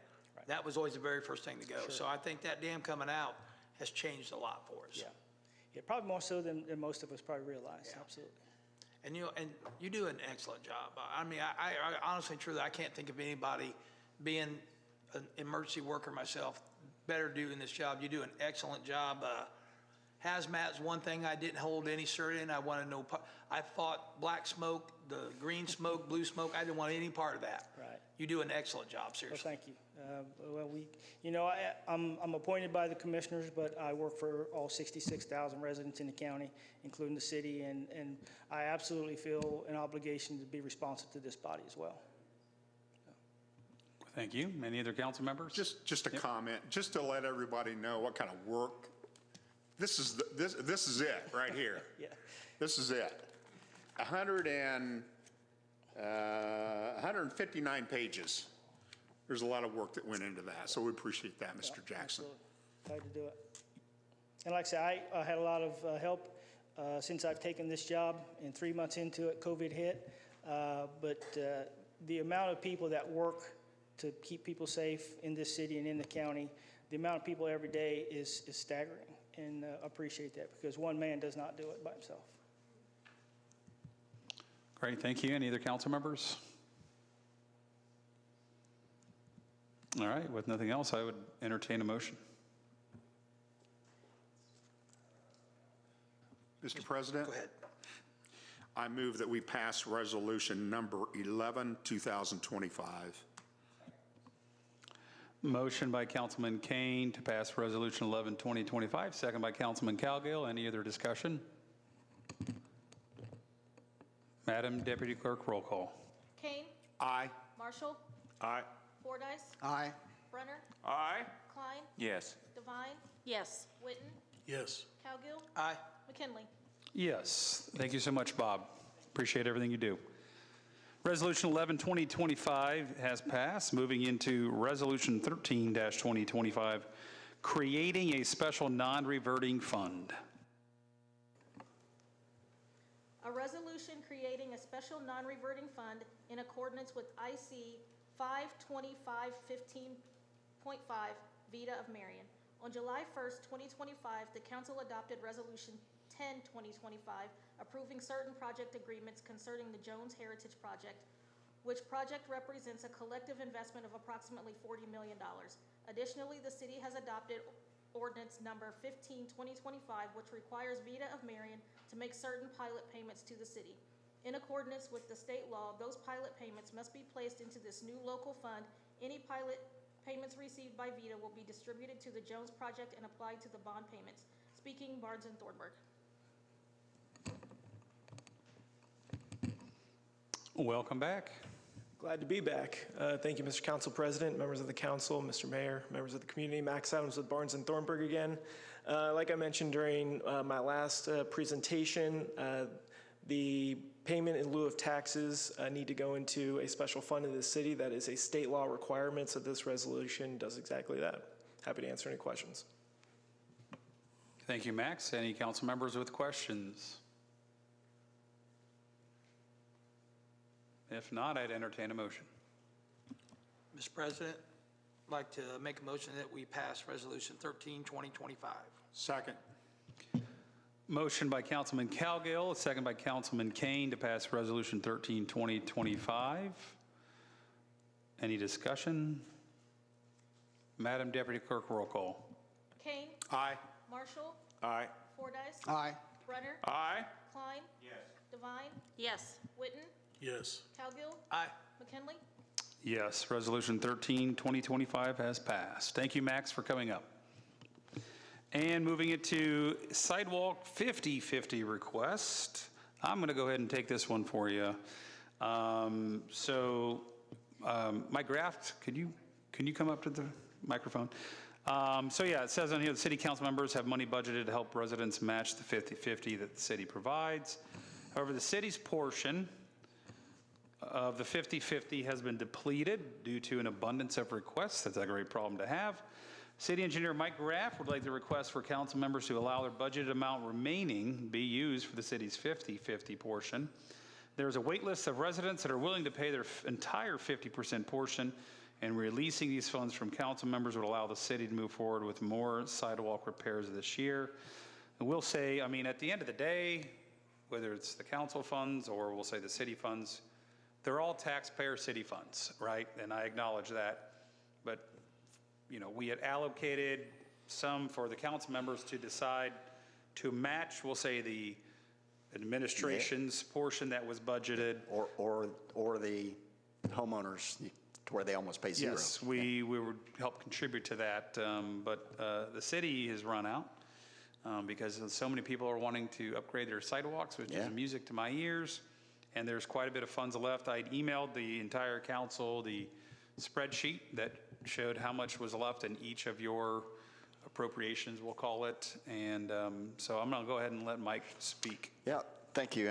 Thank you, Mr. President. So again, it is a good thing that we exhausted all of our budgeted 50/50 sidewalk. We have used a little bit of each of the council wards funds. But when you look at this type of work, it's a very limited window of what we have to work with. And if we've got people that are on a waiting list and we can try to get it done for them this year, as opposed to trying to come to each individually, one of you in the wards, or trying to bring at large together with individuals, we just thought it would just be easier if you just said, here's our pot of money, go after the folks that want to try to get that. If there's any left, which, even if it was in your account, it's going to go back to the general fund. So I don't think it's non-reverting. You're a little bit better on the non-reverting stuff than I am, Councilman Fordyce. So I don't think it's a non-reverting, so it would go back to the general fund. And then whether we want to look at that again next year to have every ward have additional funds, that will be up to the administration. But at this point, that's my request is, if you are in favor of turning it over to the engineering department and allowing us to go back to the people that are already on the waiting list and let them know we can try to get to them, that'd be great. I had already made a verbal commitment to a constituent. Can I get you that name? Absolutely. Yeah, we don't want to, if you've already got something in the works. Yeah, I Yes. do, and I believe they've reached out to your department, but I'm Probably not to sure Brian. what happened. Yes. And then also, can I request that the money stays in District 5, or does that convolute things too much? It kind of does, because if I don't have anybody coming to me now in that, then that kind of stymies me. I have no issue, but I would like to, I'll forward you an email. Absolutely. Of the commitment I made to a So, constituent. so that would be, again, the city doesn't have any 50-50, but if we put this in, then we can use the allocated funds from other wards along with your money that you want to apply to that ward. That's fine. Yep. Glad Thanks, to help. Mike. I've had a lot of, as you know, calls when it comes to the sidewalk situation. And Mayor, I give you kudos. I think this has been a great thing. And I like that each ward member has their own ward that they can use that in, and then the at-large people, we can help out where needed. I think that we ought to keep it like it is, but then come this time of year, if there's money left, I think it's great to put it towards that, because there's no sense of people on a list if we've got the money there to do it. Right. So, but I think this is a great idea on this 50-50 on the sidewalks. Not a problem with this, but this isn't the first time this has happened. Last year, I had a constituent who came to me. She had the money for her 50%.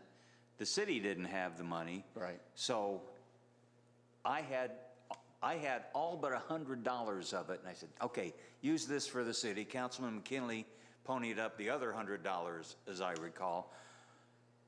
So, and this year, we've run out. Can we budget?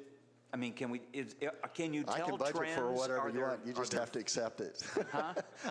The mayor has to accept it and bring it to you. If we see this increase as we have, I would prefer it be that way, because it's much easier for me to talk to individuals rather than saying, hey, have you contacted your ward? Because a lot of people, to be quite honest with you, don't know who to call. So we give them contact information for them to reach out to you folks.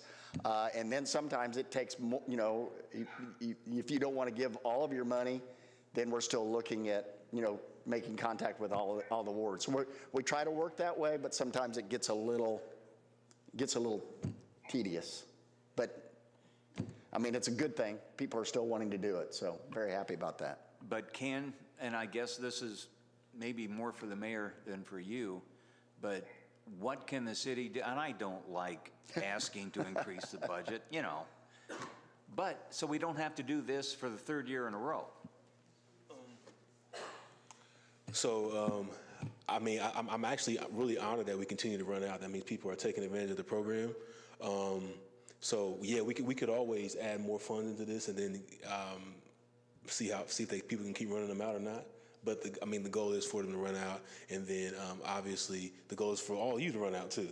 So that's our hope every single year, that these funds are completely exhausted to their full extent. Thank you. So also I wanted to mention, I did the tally. As of the spreadsheet that was sent to us, the total amount left is $46,750. So that's what's the total left, all of us combined. And I will say, people are welcome to replace their sidewalk without the 50-50 match too. So and I say that seriously, like if you want to replace it and there's no money, you can do that. You don't have to have the 50-50, but of course, why not take advantage of it? It's there. But $46,750, and most of us have quite a bit left. Some of you have all of it left. So maybe we can use this as a call to the public, whoever's listening or watching. If you're wanting to get in on this year, go ahead. If not, you're going to have to wait till next year again.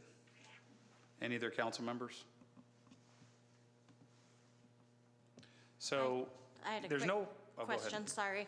And then, Mayor, is there a additional fund where people can have help with taking trees down? Did I hear that? Or is that part of the sidewalk fund? Remind me. Trees in near the sidewalk or in the right-of-way area.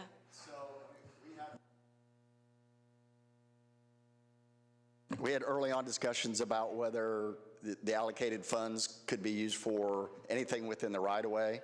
I think that was open for interpretation. I think most everybody thought it was just for the sidewalk. I mean, we can always help with trees.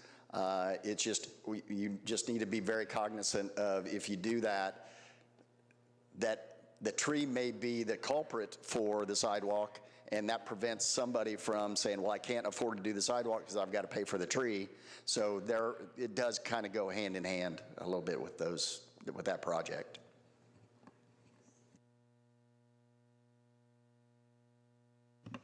Great question. We do have a lot of tree blight and tree issues. I think maybe we definitely need to dive in a little more during the budget process. But this one does not require a motion. It's just nothing official. It's just basically, if you're a council member and you object and you don't want yours to be used, just please let Mike know. I will go on record and say, you're welcome to use mine for the city 50-50 match. So does any council members object or want to reserve some of that? Okay, sounds good. If you want to tell them in private, you're welcome to, but no motions needed. We just want to have that discussion with everyone here. Okay, and moving to additional appropriation, 11-2025, additional appropriation for Center Township Trustee, first hearing.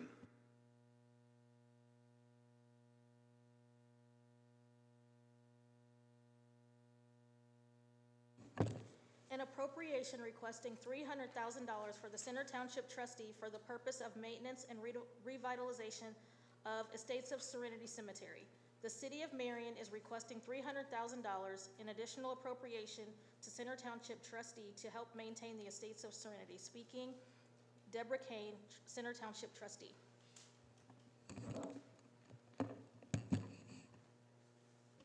Good evening and welcome. Good evening, President, Council, Mayor, and the citizens. So it's been a year exactly, almost to date, that I came to you for the first time. It was the second hearing that I came to you that I heard that Mr. Jeffrey hired a lawyer. I was intentionally wanted to work with him one-on-one and tried to come to some agreement, trying to come to some working. But he hired counsel, which then forced me to hire counsel, which then stepped up this endeavor of mine to a different level. As you know, the cemetery is part in the city, part in the county. There was a 2024 appropriation approved. The defendant asked for a continuance 3 times in the court hearing, so we were not able to hear it in 2024. It had to roll into 25, and we just heard it on June 30th. On July 7th, pardon me, the court ordered in my favor in a declaratory judgment, awarding me complete and full administration of control of all aspects of the cemetery. It's all aspects: finances, real property, personal property. For a whole year, we all watched and continued to watch the neglect of the cemetery. I stood on the front lines. I finished the battle that I told you I would do in July a year ago. I did what was asked. I completed the fight and the task to gain control of the cemetery. Now you can step on that line with me and vote yes. I want to read a letter from SOS, which is Save Our Stories, Dear Deb, on behalf of the board of SOS Marion, we're grateful for your successful work in saving the estates of Serenity from its severe neglect and decline over recent years. Your many hours spent in research, paperwork, public meetings, volunteering for cleanup work are appreciated. The cemetery has been the final resting place for the remains of over 30,000 of our fellow citizens for over 200 years. Men, women, children, persons of all races, religions, paupers, and bankers are there. For many years, families have continued to visit graves of family members to honor the time that they were with us, pay respect to their struggles, to build a home, raise children, work in our factories and farms, to fight for freedom, and to hold up their corner of the world. Your efforts have not only preserved the physical space, but also the memories and legacies of these individuals, providing comfort and solace for their beloved ones. Thank you for your work in striving to lift our ancestors and to save them from disrespect and abandonment. Thank you also for your commitment to community action as a servant leader. We of SOS Marion salute you and promise our unwavering support in working together in the restoration of the sacred ground. Respectfully, Sue Branton, President, and Bill Munn, Marion Board Member. My phone, my cell phone, the office phone, both the township office and the cemetery has had a revolving door of people just coming to say thank you. I have a story. This morning I was on the way to the cemetery office and I passed a trash truck and I thought, oh man, I need to get the trash container out to the road because there was one beside the office building that was jam-packed. The lid couldn't even close. And so I struggled, and it was heavy. I have no idea what was in that trash container. I took it out to the front of the road, and then a couple hours later, I watched the trash truck just stop, go right by, did not pick it up. So I got on the phone with administration at the utilities and asked why it didn't get picked up. I thought we had trash because the container was there. It was full. They asked me to give the number off the side of the container. I gave it off the side of the container. It was a container taken from an property on Grant Street. So it wasn't even the cemetery's trash container. I asked them, what am I going to do with it? I don't know how to get this to you, and there is trash in there, and I have no clue what is in there. I don't want to dump it in my car and try to bring it. And they said, well, let us see what we can do. So a utility work truck came up to the end of their driveway. I went out there and I met him, and I said, I'm sorry, I just don't know what to do with this. They said, well, we came to look at it, and we're going to have a backloader dump truck come at the end of his route, and they'll pick it up. I glanced out the window a couple hours later, and the truck was there.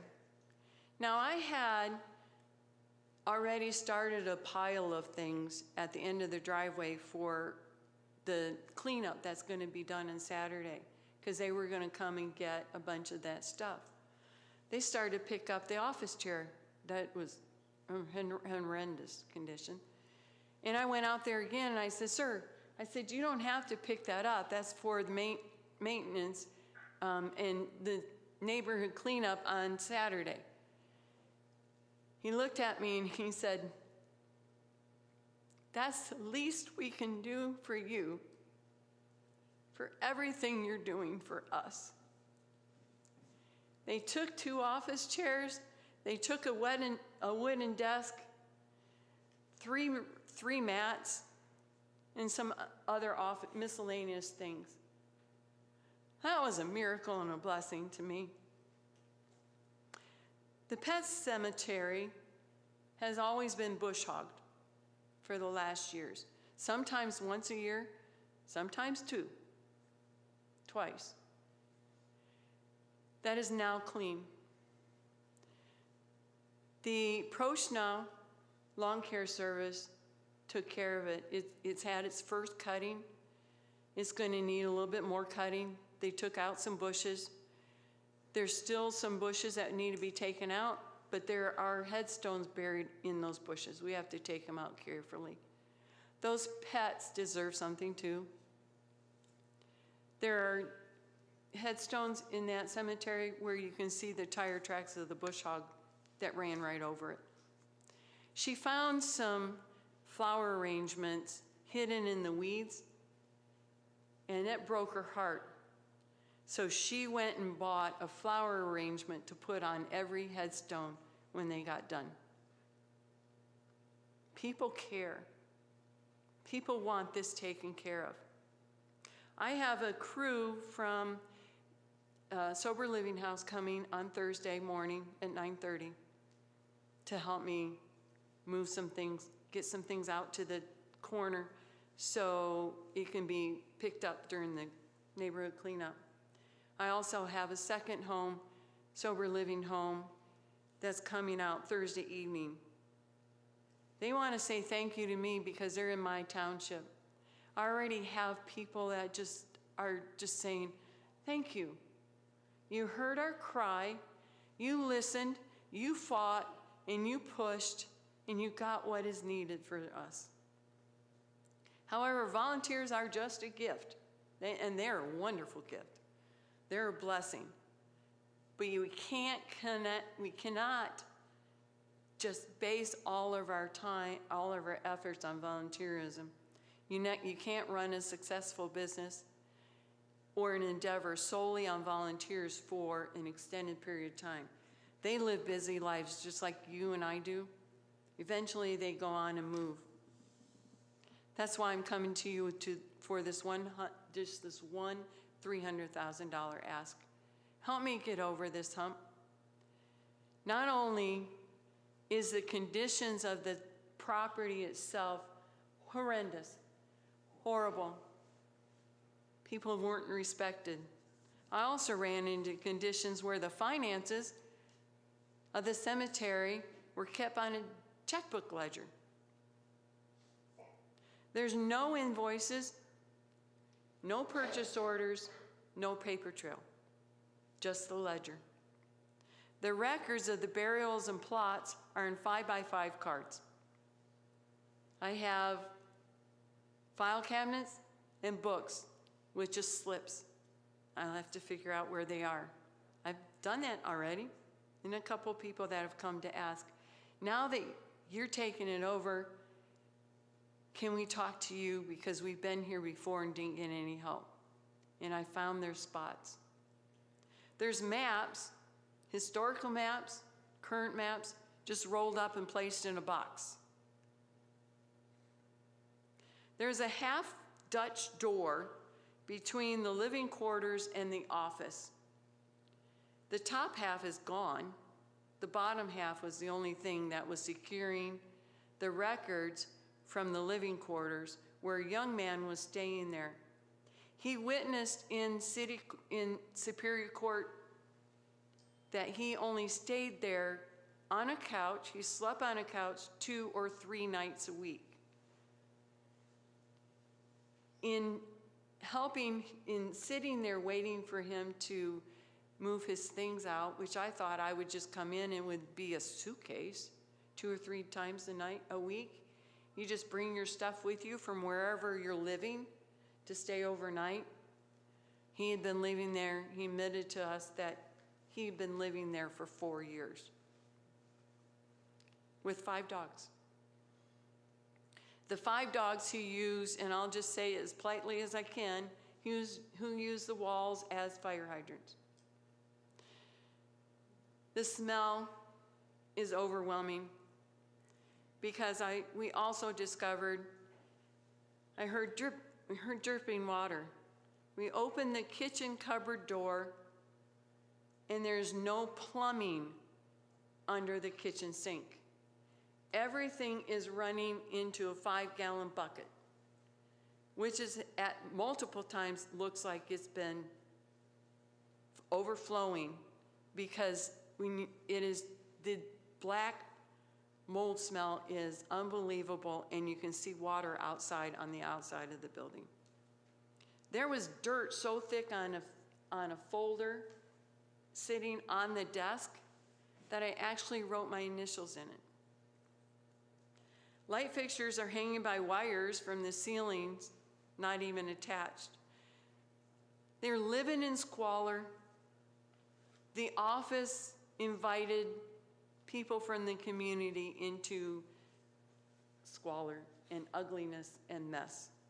I could go on and on, but I know that you have questions for me, probably more legal questions than anything at this point.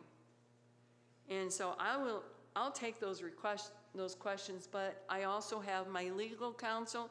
He's the expert of the law. He has been my champion through this whole year. His name is Ed Merchant, and he will take any questions you have at this time. Thank you, Trustee Kane. Any council members with questions?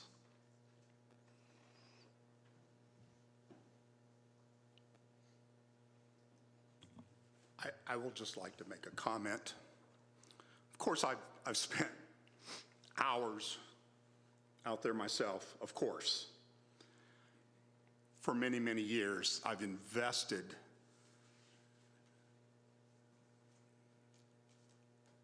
time. My oldest sister invested time mowing out there. My mother, bless her heart, before she passed away, would be out there also. We've done this for years. We've invested literally hundreds, if not thousands of dollars into that cemetery. Our hearts are there. We've talked to so many people that we've run into. I ran into an 80-year-old lady that was pushing a lawnmower, and I stopped because I had my lawn mowing equipment out there, and I stopped with my trailer, and I stopped to see if I could help her finish up, and she was just actually finished up. And she started talking to me and just broke down in tears. Tears. This is one story of, I can't tell you how many people that I've run into, that Deb and I have run into, that we spoke to, that have actually just broken down in tears. They were just beside themselves with the utter, the cemetery was just in an eyesore. And so with Center Township taking this over, this is the great thing. This saves the history. I can remember my parents mowing out there when I was probably 7 or 8 years old. They actually had a contract to mow out there. And so, I've been going out there for years and years and years. Of course, back then, it was a wonderful place as a child to explore, and the cannons and the mausoleums. It was a beautiful, beautiful cemetery. And if you drive out there today, there's parts of that cemetery that's being restored, and you can see that.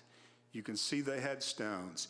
You can see the infant section of the cemetery that's in front of the large mausoleum that got mowed by volunteers, actually, by one of the mowing crews that volunteered to mow extra. And I guess you could say I'm an emotional person, but it brought me to tears, because I've seen this cemetery in utter disarray for so many years, and there's so many. I tell you what, there are so many volunteers and people that spend their time out there. I see some in the crowd tonight that spend time out there mowing and weed eating and doing their little part of trying to take care of a cemetery that's 100 acres. It's a huge project. But there's just not enough of us as volunteers to do it. And so saving this cemetery is what my wife, Deborah, can do as Center Township trustee. And I hope that you can trust her, and I hope the public can trust her moving forward, that she will do what she says she will do. Now, if anybody knows Deb, which I do, when she puts her mind to something, she makes it happen. And so she's made a promise to this council, and you've made a promise to her last year that you would give her the money. And she's made a public commitment to this community, to Grant County, to people actually all over the United States that have contacted her from other states, thanking her for what she's done. And so, as you consider this motion tonight, I hope you vote in favor of it. Thank you. Thank you, Councilman Kane. Other council members? Councilman Calgill? I have donated a lot of hours out there since Deb took it over because I know the monumental task. And even though I went through this journey and seen how she's done this over the last year, even I didn't realize the condition of this place until you really got out there and really took time to go in there and look at it. The building is, I don't know how somebody ran a business. It's just horrendous. The condition of the cemetery is horrendous. They say that there's, I don't even know if we know the exact number yet, but like 40-some thousand people buried out there. For years, those people have been held hostage by a group that tried to do their best, but just wasn't able to do it, but wouldn't give it up. Deb took it on herself. She's releasing these people from being held captive for all these years. Let these people rest in peace. This council, we told her last year, if this is conveyed to you, we will give you the funds. So she went through the process, went through the legal battle, you know, to get it done. And I sure as heck hope, I can't imagine anybody not, once she's taken this now, to not give her the funds. It's imperative that she gets this. There's been people volunteering, but you know what? That ain't gonna last very long. And like David said, 100 acres, unbelievable. It's just the mowing and weeding in itself is a job in itself. Man, let's give these people the respect that they have been trying to get for 20, 25 years at least. Please. Thank you, Councilman Calgill. Any other council members? Vice President Fordyce. Yeah, Deb, I applaud your due diligence on your acquisition. I know you fought hard for it, and I know the council back then had decided they passed it if you got the possession of the cemetery. My only issue is times have changed with Senate Bill 1. We just passed to increase the food and beverage tax to fund our Parks Department because we're not going to have the money to fund them. All of us just passed a new tax for our Parks Department. And we need that money because we're going to lose $3,359,879 from our property taxes. And we're also going to lose $1,500,000 from our lit taxes. So we're going to be asked to make some really, really hard decisions coming here pretty quick. And the mayor has asked all department heads to cut 10% from their budget. So that's difficult for those departments. I've talked to a lot of the departments. They don't have 10% left in their budget to cut out. It'll kneel it. So it's a very difficult situation, and times have changed. But I also have to think about our city administration and department heads in our budget. And at some point in time, we're going to have to tighten the belt.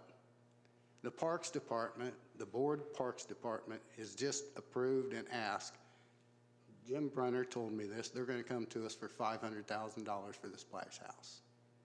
It's in disarray. It needs repaired.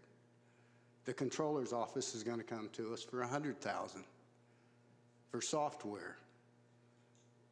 So at some point in time, you can only keep taking out of this general fund before you're out of money.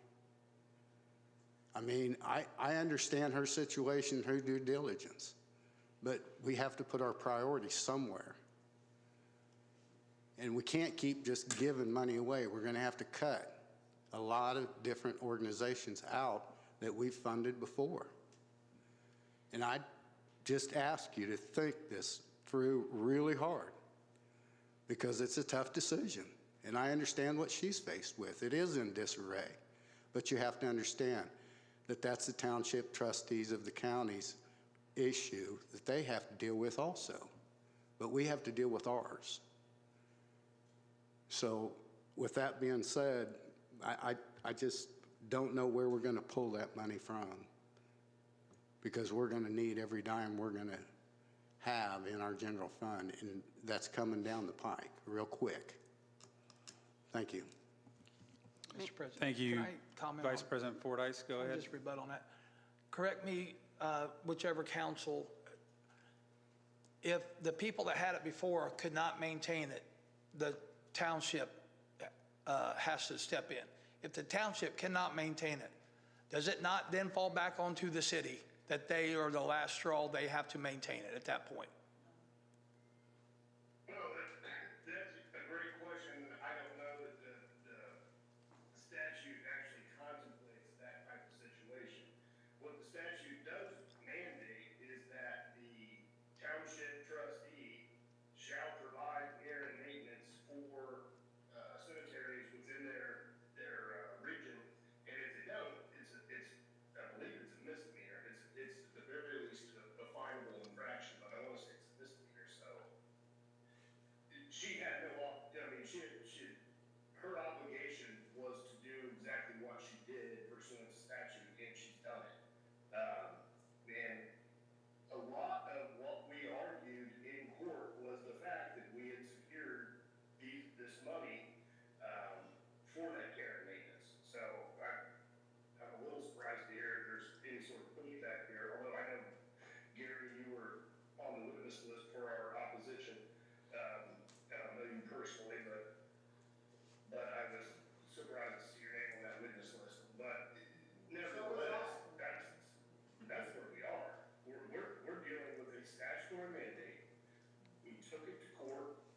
We won that case, and now we need the resources necessary in order to repair the cemetery to where it should be, because it's obviously not there. May I speak also for the township? I am also hit by the government. I am not going to slide by with any hit. I have 30%. 30%. You got that? 30% of my general budget can be mandated to go to roads and streets. When I help the indigent, the poor, and I have to give 30% of my budget to roads and streets, I need this one-time $300,000 to help me get over the hump of this initial care. Thank you. Councilman Klein? Thank you.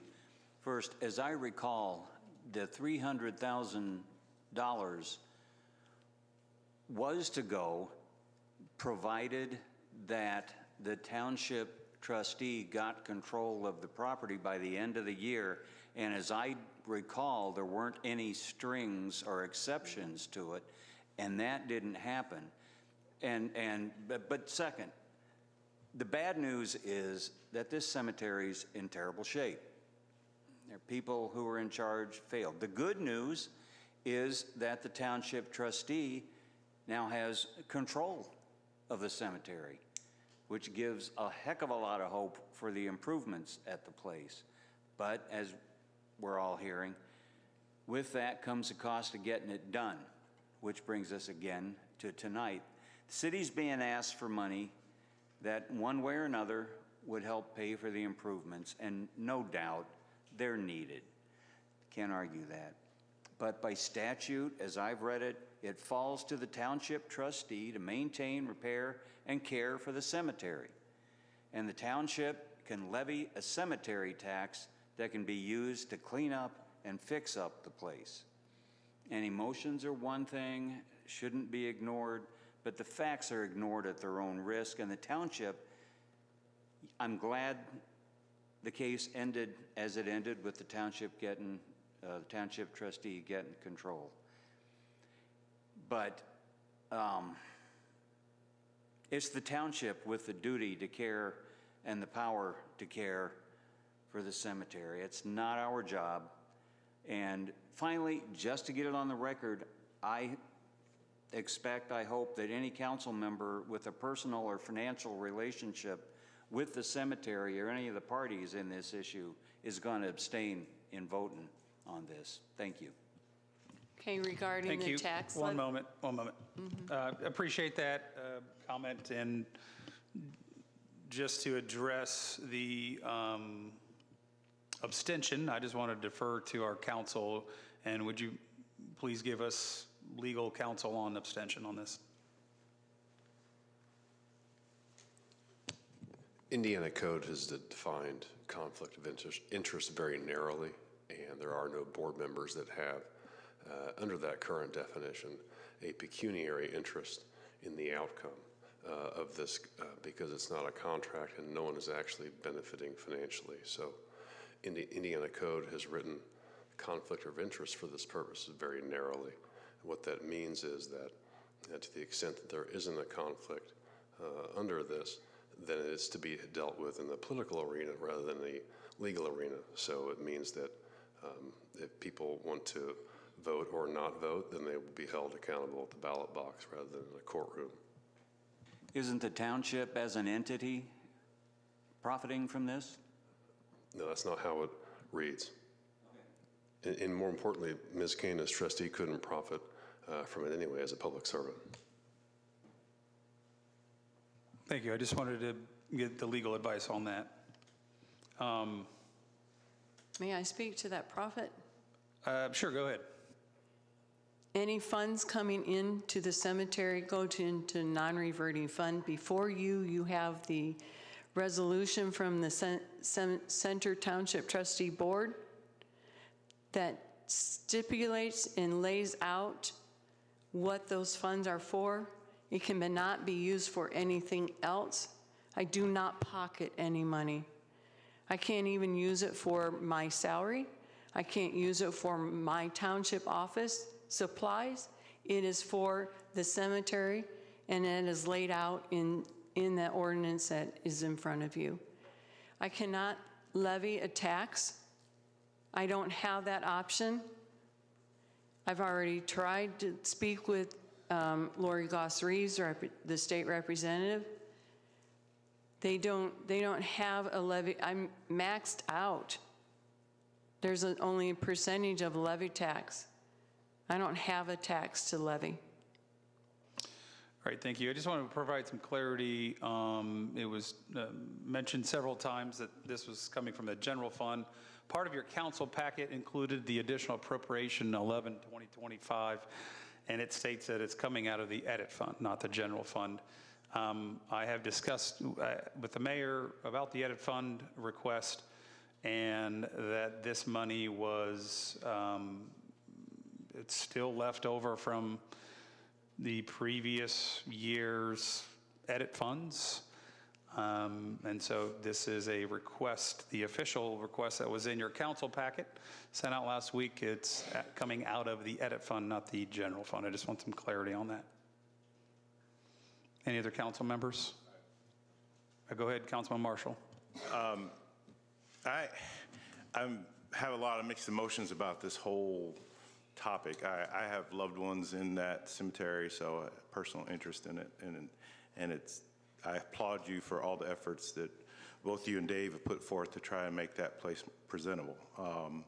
But I have a larger concern because you've alluded to yourself that you have nothing. You have no means to support this endeavor. So I feel like $300,000 is just a Band-Aid and is not going to lead to the long-term health of that. If you came to us and said you wanted $300,000 to put into a fund to generate income for future upkeep, that I think would make more sense. I don't feel like we're going to fix it, and I feel like even though this is a non-reverting fund, I feel like you're going to be back here in 2 years asking for more money. And so I don't think the city really should be in the position of fixing that in that way. So those are my thoughts. Can I respond to that? Please. It is going to be put in a fund that earns interest, okay? The entire $300,000 is going to go into a fund. Yes, it's going to be used, but it's going to get spent. It will be dispensed. Not spent right away, sir. It will be used as I need it. It will be put in a fund that has interest. I am also procuring other funds. But it will be spent. You'll be drawing from the 300,000, 600,000, 300,000, whatever it is. You'll be drawing funds from that. What I'm talking about is it never be touched. $300,000 in a community foundation fund that generates $13,000 or $14,000 a year. Those are the kinds of fixes I think we need to be looking at. And that's what I'm looking at when I. Well, but you're not presenting that to us. You're coming asking for a one-time Band-Aid to help get things going in the right direction. And I want a more comprehensive understanding of what is it going to cost to run that place in a year? Those kinds of issues, those kinds of questions you have not. I have faith that you are going to do your best to make it right, but I think we deserve to understand what we're agreeing to. And I feel like this is just the start of more asks. That's my honest feeling about it. I don't question what the effort that you have put into this and your interest in trying to make it not be the eyesore and embarrassment that has become to our community. So I'm not questioning your motives or where you're at. I'm concerned about the long-term liability or longevity of us maintaining. How do you intend to meet the obligations of running a 100-acre cemetery? That's what I don't understand. I don't see that equation being presented to me. So I have questions. Would you like me to give you the master plan? Is that what you're asking for? I want to make. This is not sufficing. Yeah, this is not answering the question, and I don't think you answered the question of long term. How are you going to, after the $600,000 is gone, then what? How much does it cost to keep the place going in a year? Those are kind of questions that you have not given to us. It costs $100,000 to keep the place going with lawn care. Okay? That's the first time I've heard that. That's $100,000. Okay. No, I presented that in 2024. In the packet, I'm sorry I failed to bring that again, but it's $100,000 for the lawn care. Now, there's going to be other fixes. And what generates income? What income is generated from? The burials, selling of plots. So we anticipate, how many in an average year do we have? I already have 3 in just the week. I've only been there since Wednesday. Okay. I already have 3 burials. So there are burials happening. The pet cemetery is now open again. That's another source of income. There is a building that is on the property right now that there was not a lease. There was nothing but a verbal commitment that says gentleman could store his business materials. He gave the cemetery a $75 discount when he dug the graves. I told him, and I got a lease signed yesterday, that's another income that's going to come in, because he understands I don't do anything without a paper trail, without backing it up, because I have State Board of Account, I have DLGF that requires reporting. I am saying that your $300,000 from the city, that's what this is for. I have another ordinance for Grant County funds. I have a third ordinance for public funds, and that's where any other commitments have been done. I spoke with a gentleman, I drove him around today. I asked him for $100,000. He's going to get back with me. I have many other people that are already committed. I have 4 grant writers, well, 3. I'm waiting on the 4th to start their paper to pencil, but I had to have control before I could do anything. I can't go out and get funds and get commitments. Just like this one, I couldn't get commitment from you in 2024 until I had control. I got the control. I know, without a doubt, the astronomical financial load this is going to be. And I know it's going to take a lot of fundraising. I already started it. I started it today. I have letters out. I talked to a lady from Texas. She was coming through the cemetery, and she is sending funds. So there are commitments already out there. I know it's astronomical. This $300,000, you might consider it as a Band-Aid, but for the citizens of Marion, because I can use $100,000 for lawn care and get the weeds down, get the lawn trimmed, that's a gift that they will never forget from you guys, because it changes their lives. That means that no one has to go back out there with their lawnmower in their back of their car and lift a heavy lawnmower out at 80 years of age to mow their headstone. That's a gift. That's what you need to consider this. You're gifting everyone the ability to now go out to the cemetery and grieve and visit their loved ones without having the responsibility to take care of the situation or the grass or the weeds. Thank you. If I may add, my understanding is that the request you have for us is a puzzle, a piece of the puzzle. I fully understand that 300,000 is not going to be enough, but I also understand that you're seeking other requests, county council, et cetera. So I understand the larger picture. You said about 100,000 for maintenance for the year. At an average of an 8% return, you need about 1.2 million in a fund. We'll call it a principal preservation fund where you can live off of the interest. So my hope is that you can get to the 1.2 or more, so that way you can operate that on the interest, which is exactly how a cemetery is supposed to run when they sell plots, is they grow the endowment and basically the interest pays the operations. And that's unfortunately what the downfall of that cemetery was, the corruption and depletion of those funds a long, long time ago. I also wanted to add that I know when we passed this last year and we gave a deadline, I fully understood that there could be possible tactics involved in the other party that was involved, because they knew if we could push this beyond that date, maybe this can change the minds.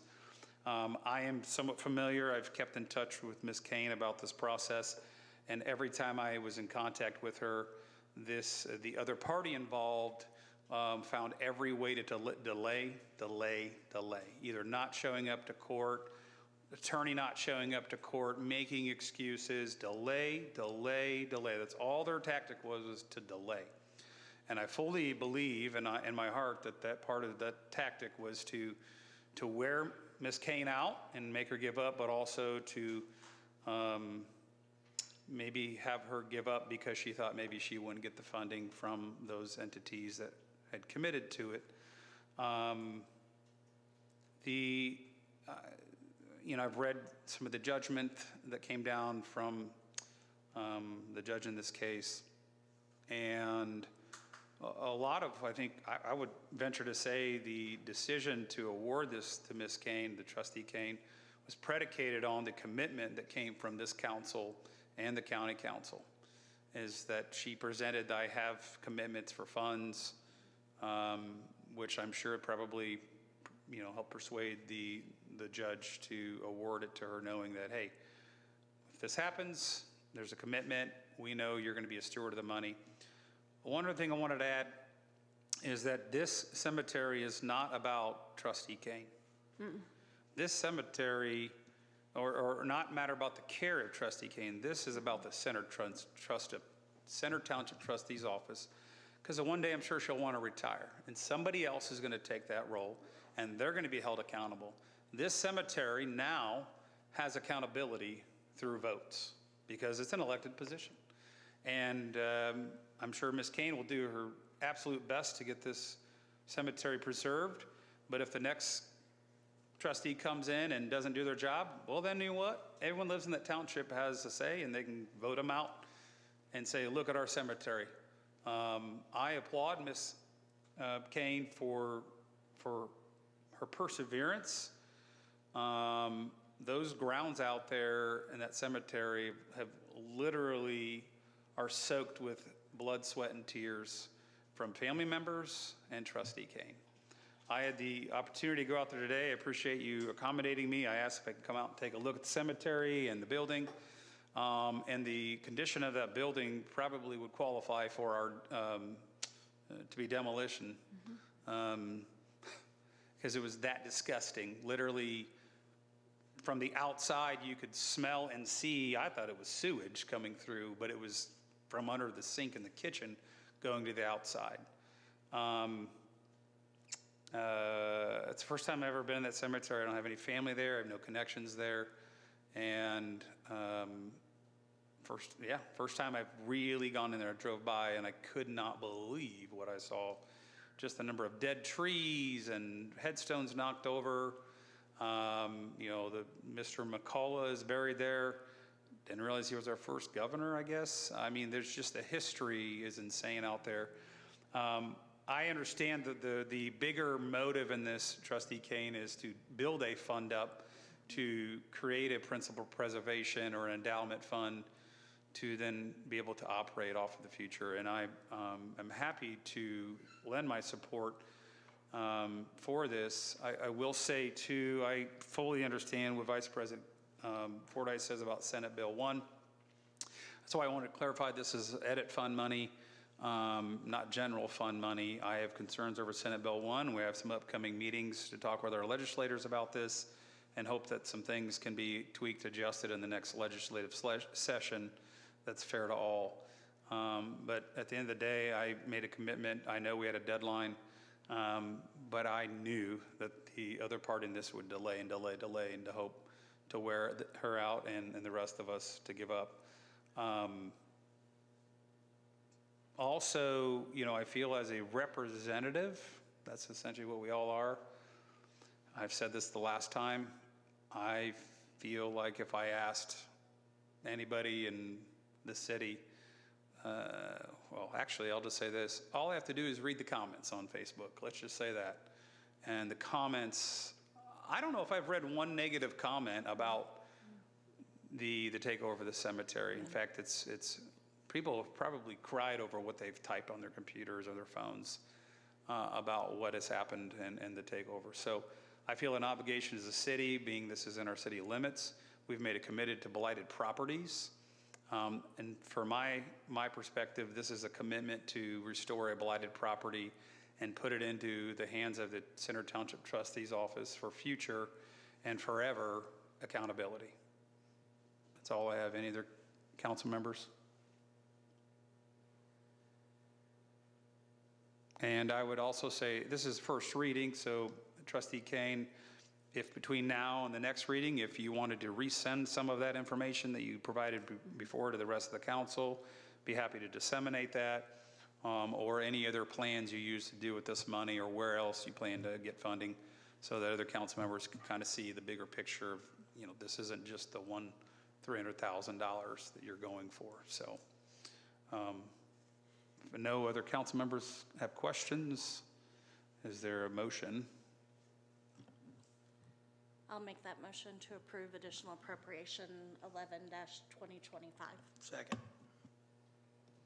Motion by Councilwoman Devine to approve additional appropriation 11-2025, second by Councilman Cowgill. Any other discussion? Madam Deputy Clerk, roll call.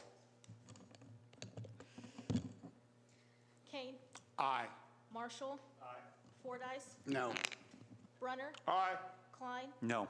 Devine. Yes. Witten. Yes. Cowgill. Aye. McKinley. Yes. Additional appropriation 11-2025 will move to a second hearing, second reading, public hearing at our August 5th meeting. And that ends the agenda. I do have just two announcements on here.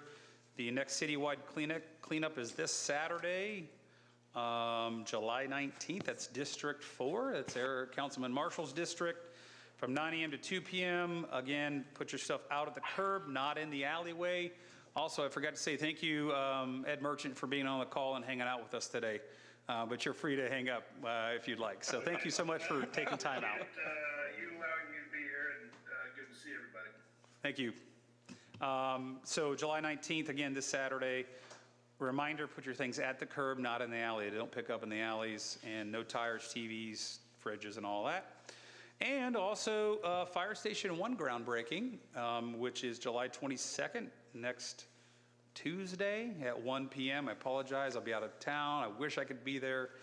But the public is welcome to go to that Fire Station 1 groundbreaking downtown. It's at 1 p.m. July 22nd. If you forget that, just download the My Marion app on your phone. It's got all the information you need on it. So any other council members with announcements? I forgot one other. The Sunnycrest neighborhood rummage sale is July 18th and 19th from 8 a.m. to 5 p.m. That was given to me before this meeting. So if you're in the Sunnycrest Wesley neighborhood, or if you're not, go to the rummage sale July 18th and 19th, 8 a.m. to 5 p.m. Any other council members with announcements? All right, I entertain a motion to adjourn. I move that we adjourn. Second. Motion by Councilman Kane, second by Councilman Brunner. Any discussion? Madam Deputy Clerk, roll call. Kane. Aye. Marshall. Aye. Fordyce. Aye. Brunner. Aye. Klein. Yes. Devine. Yes. Witten. Yes. Cowgill. Aye. McKinley. Yes, meeting's adjourned. The council members. Council members, please don't leave before you need to sign some documents. Thank you. Don't leave until you sign.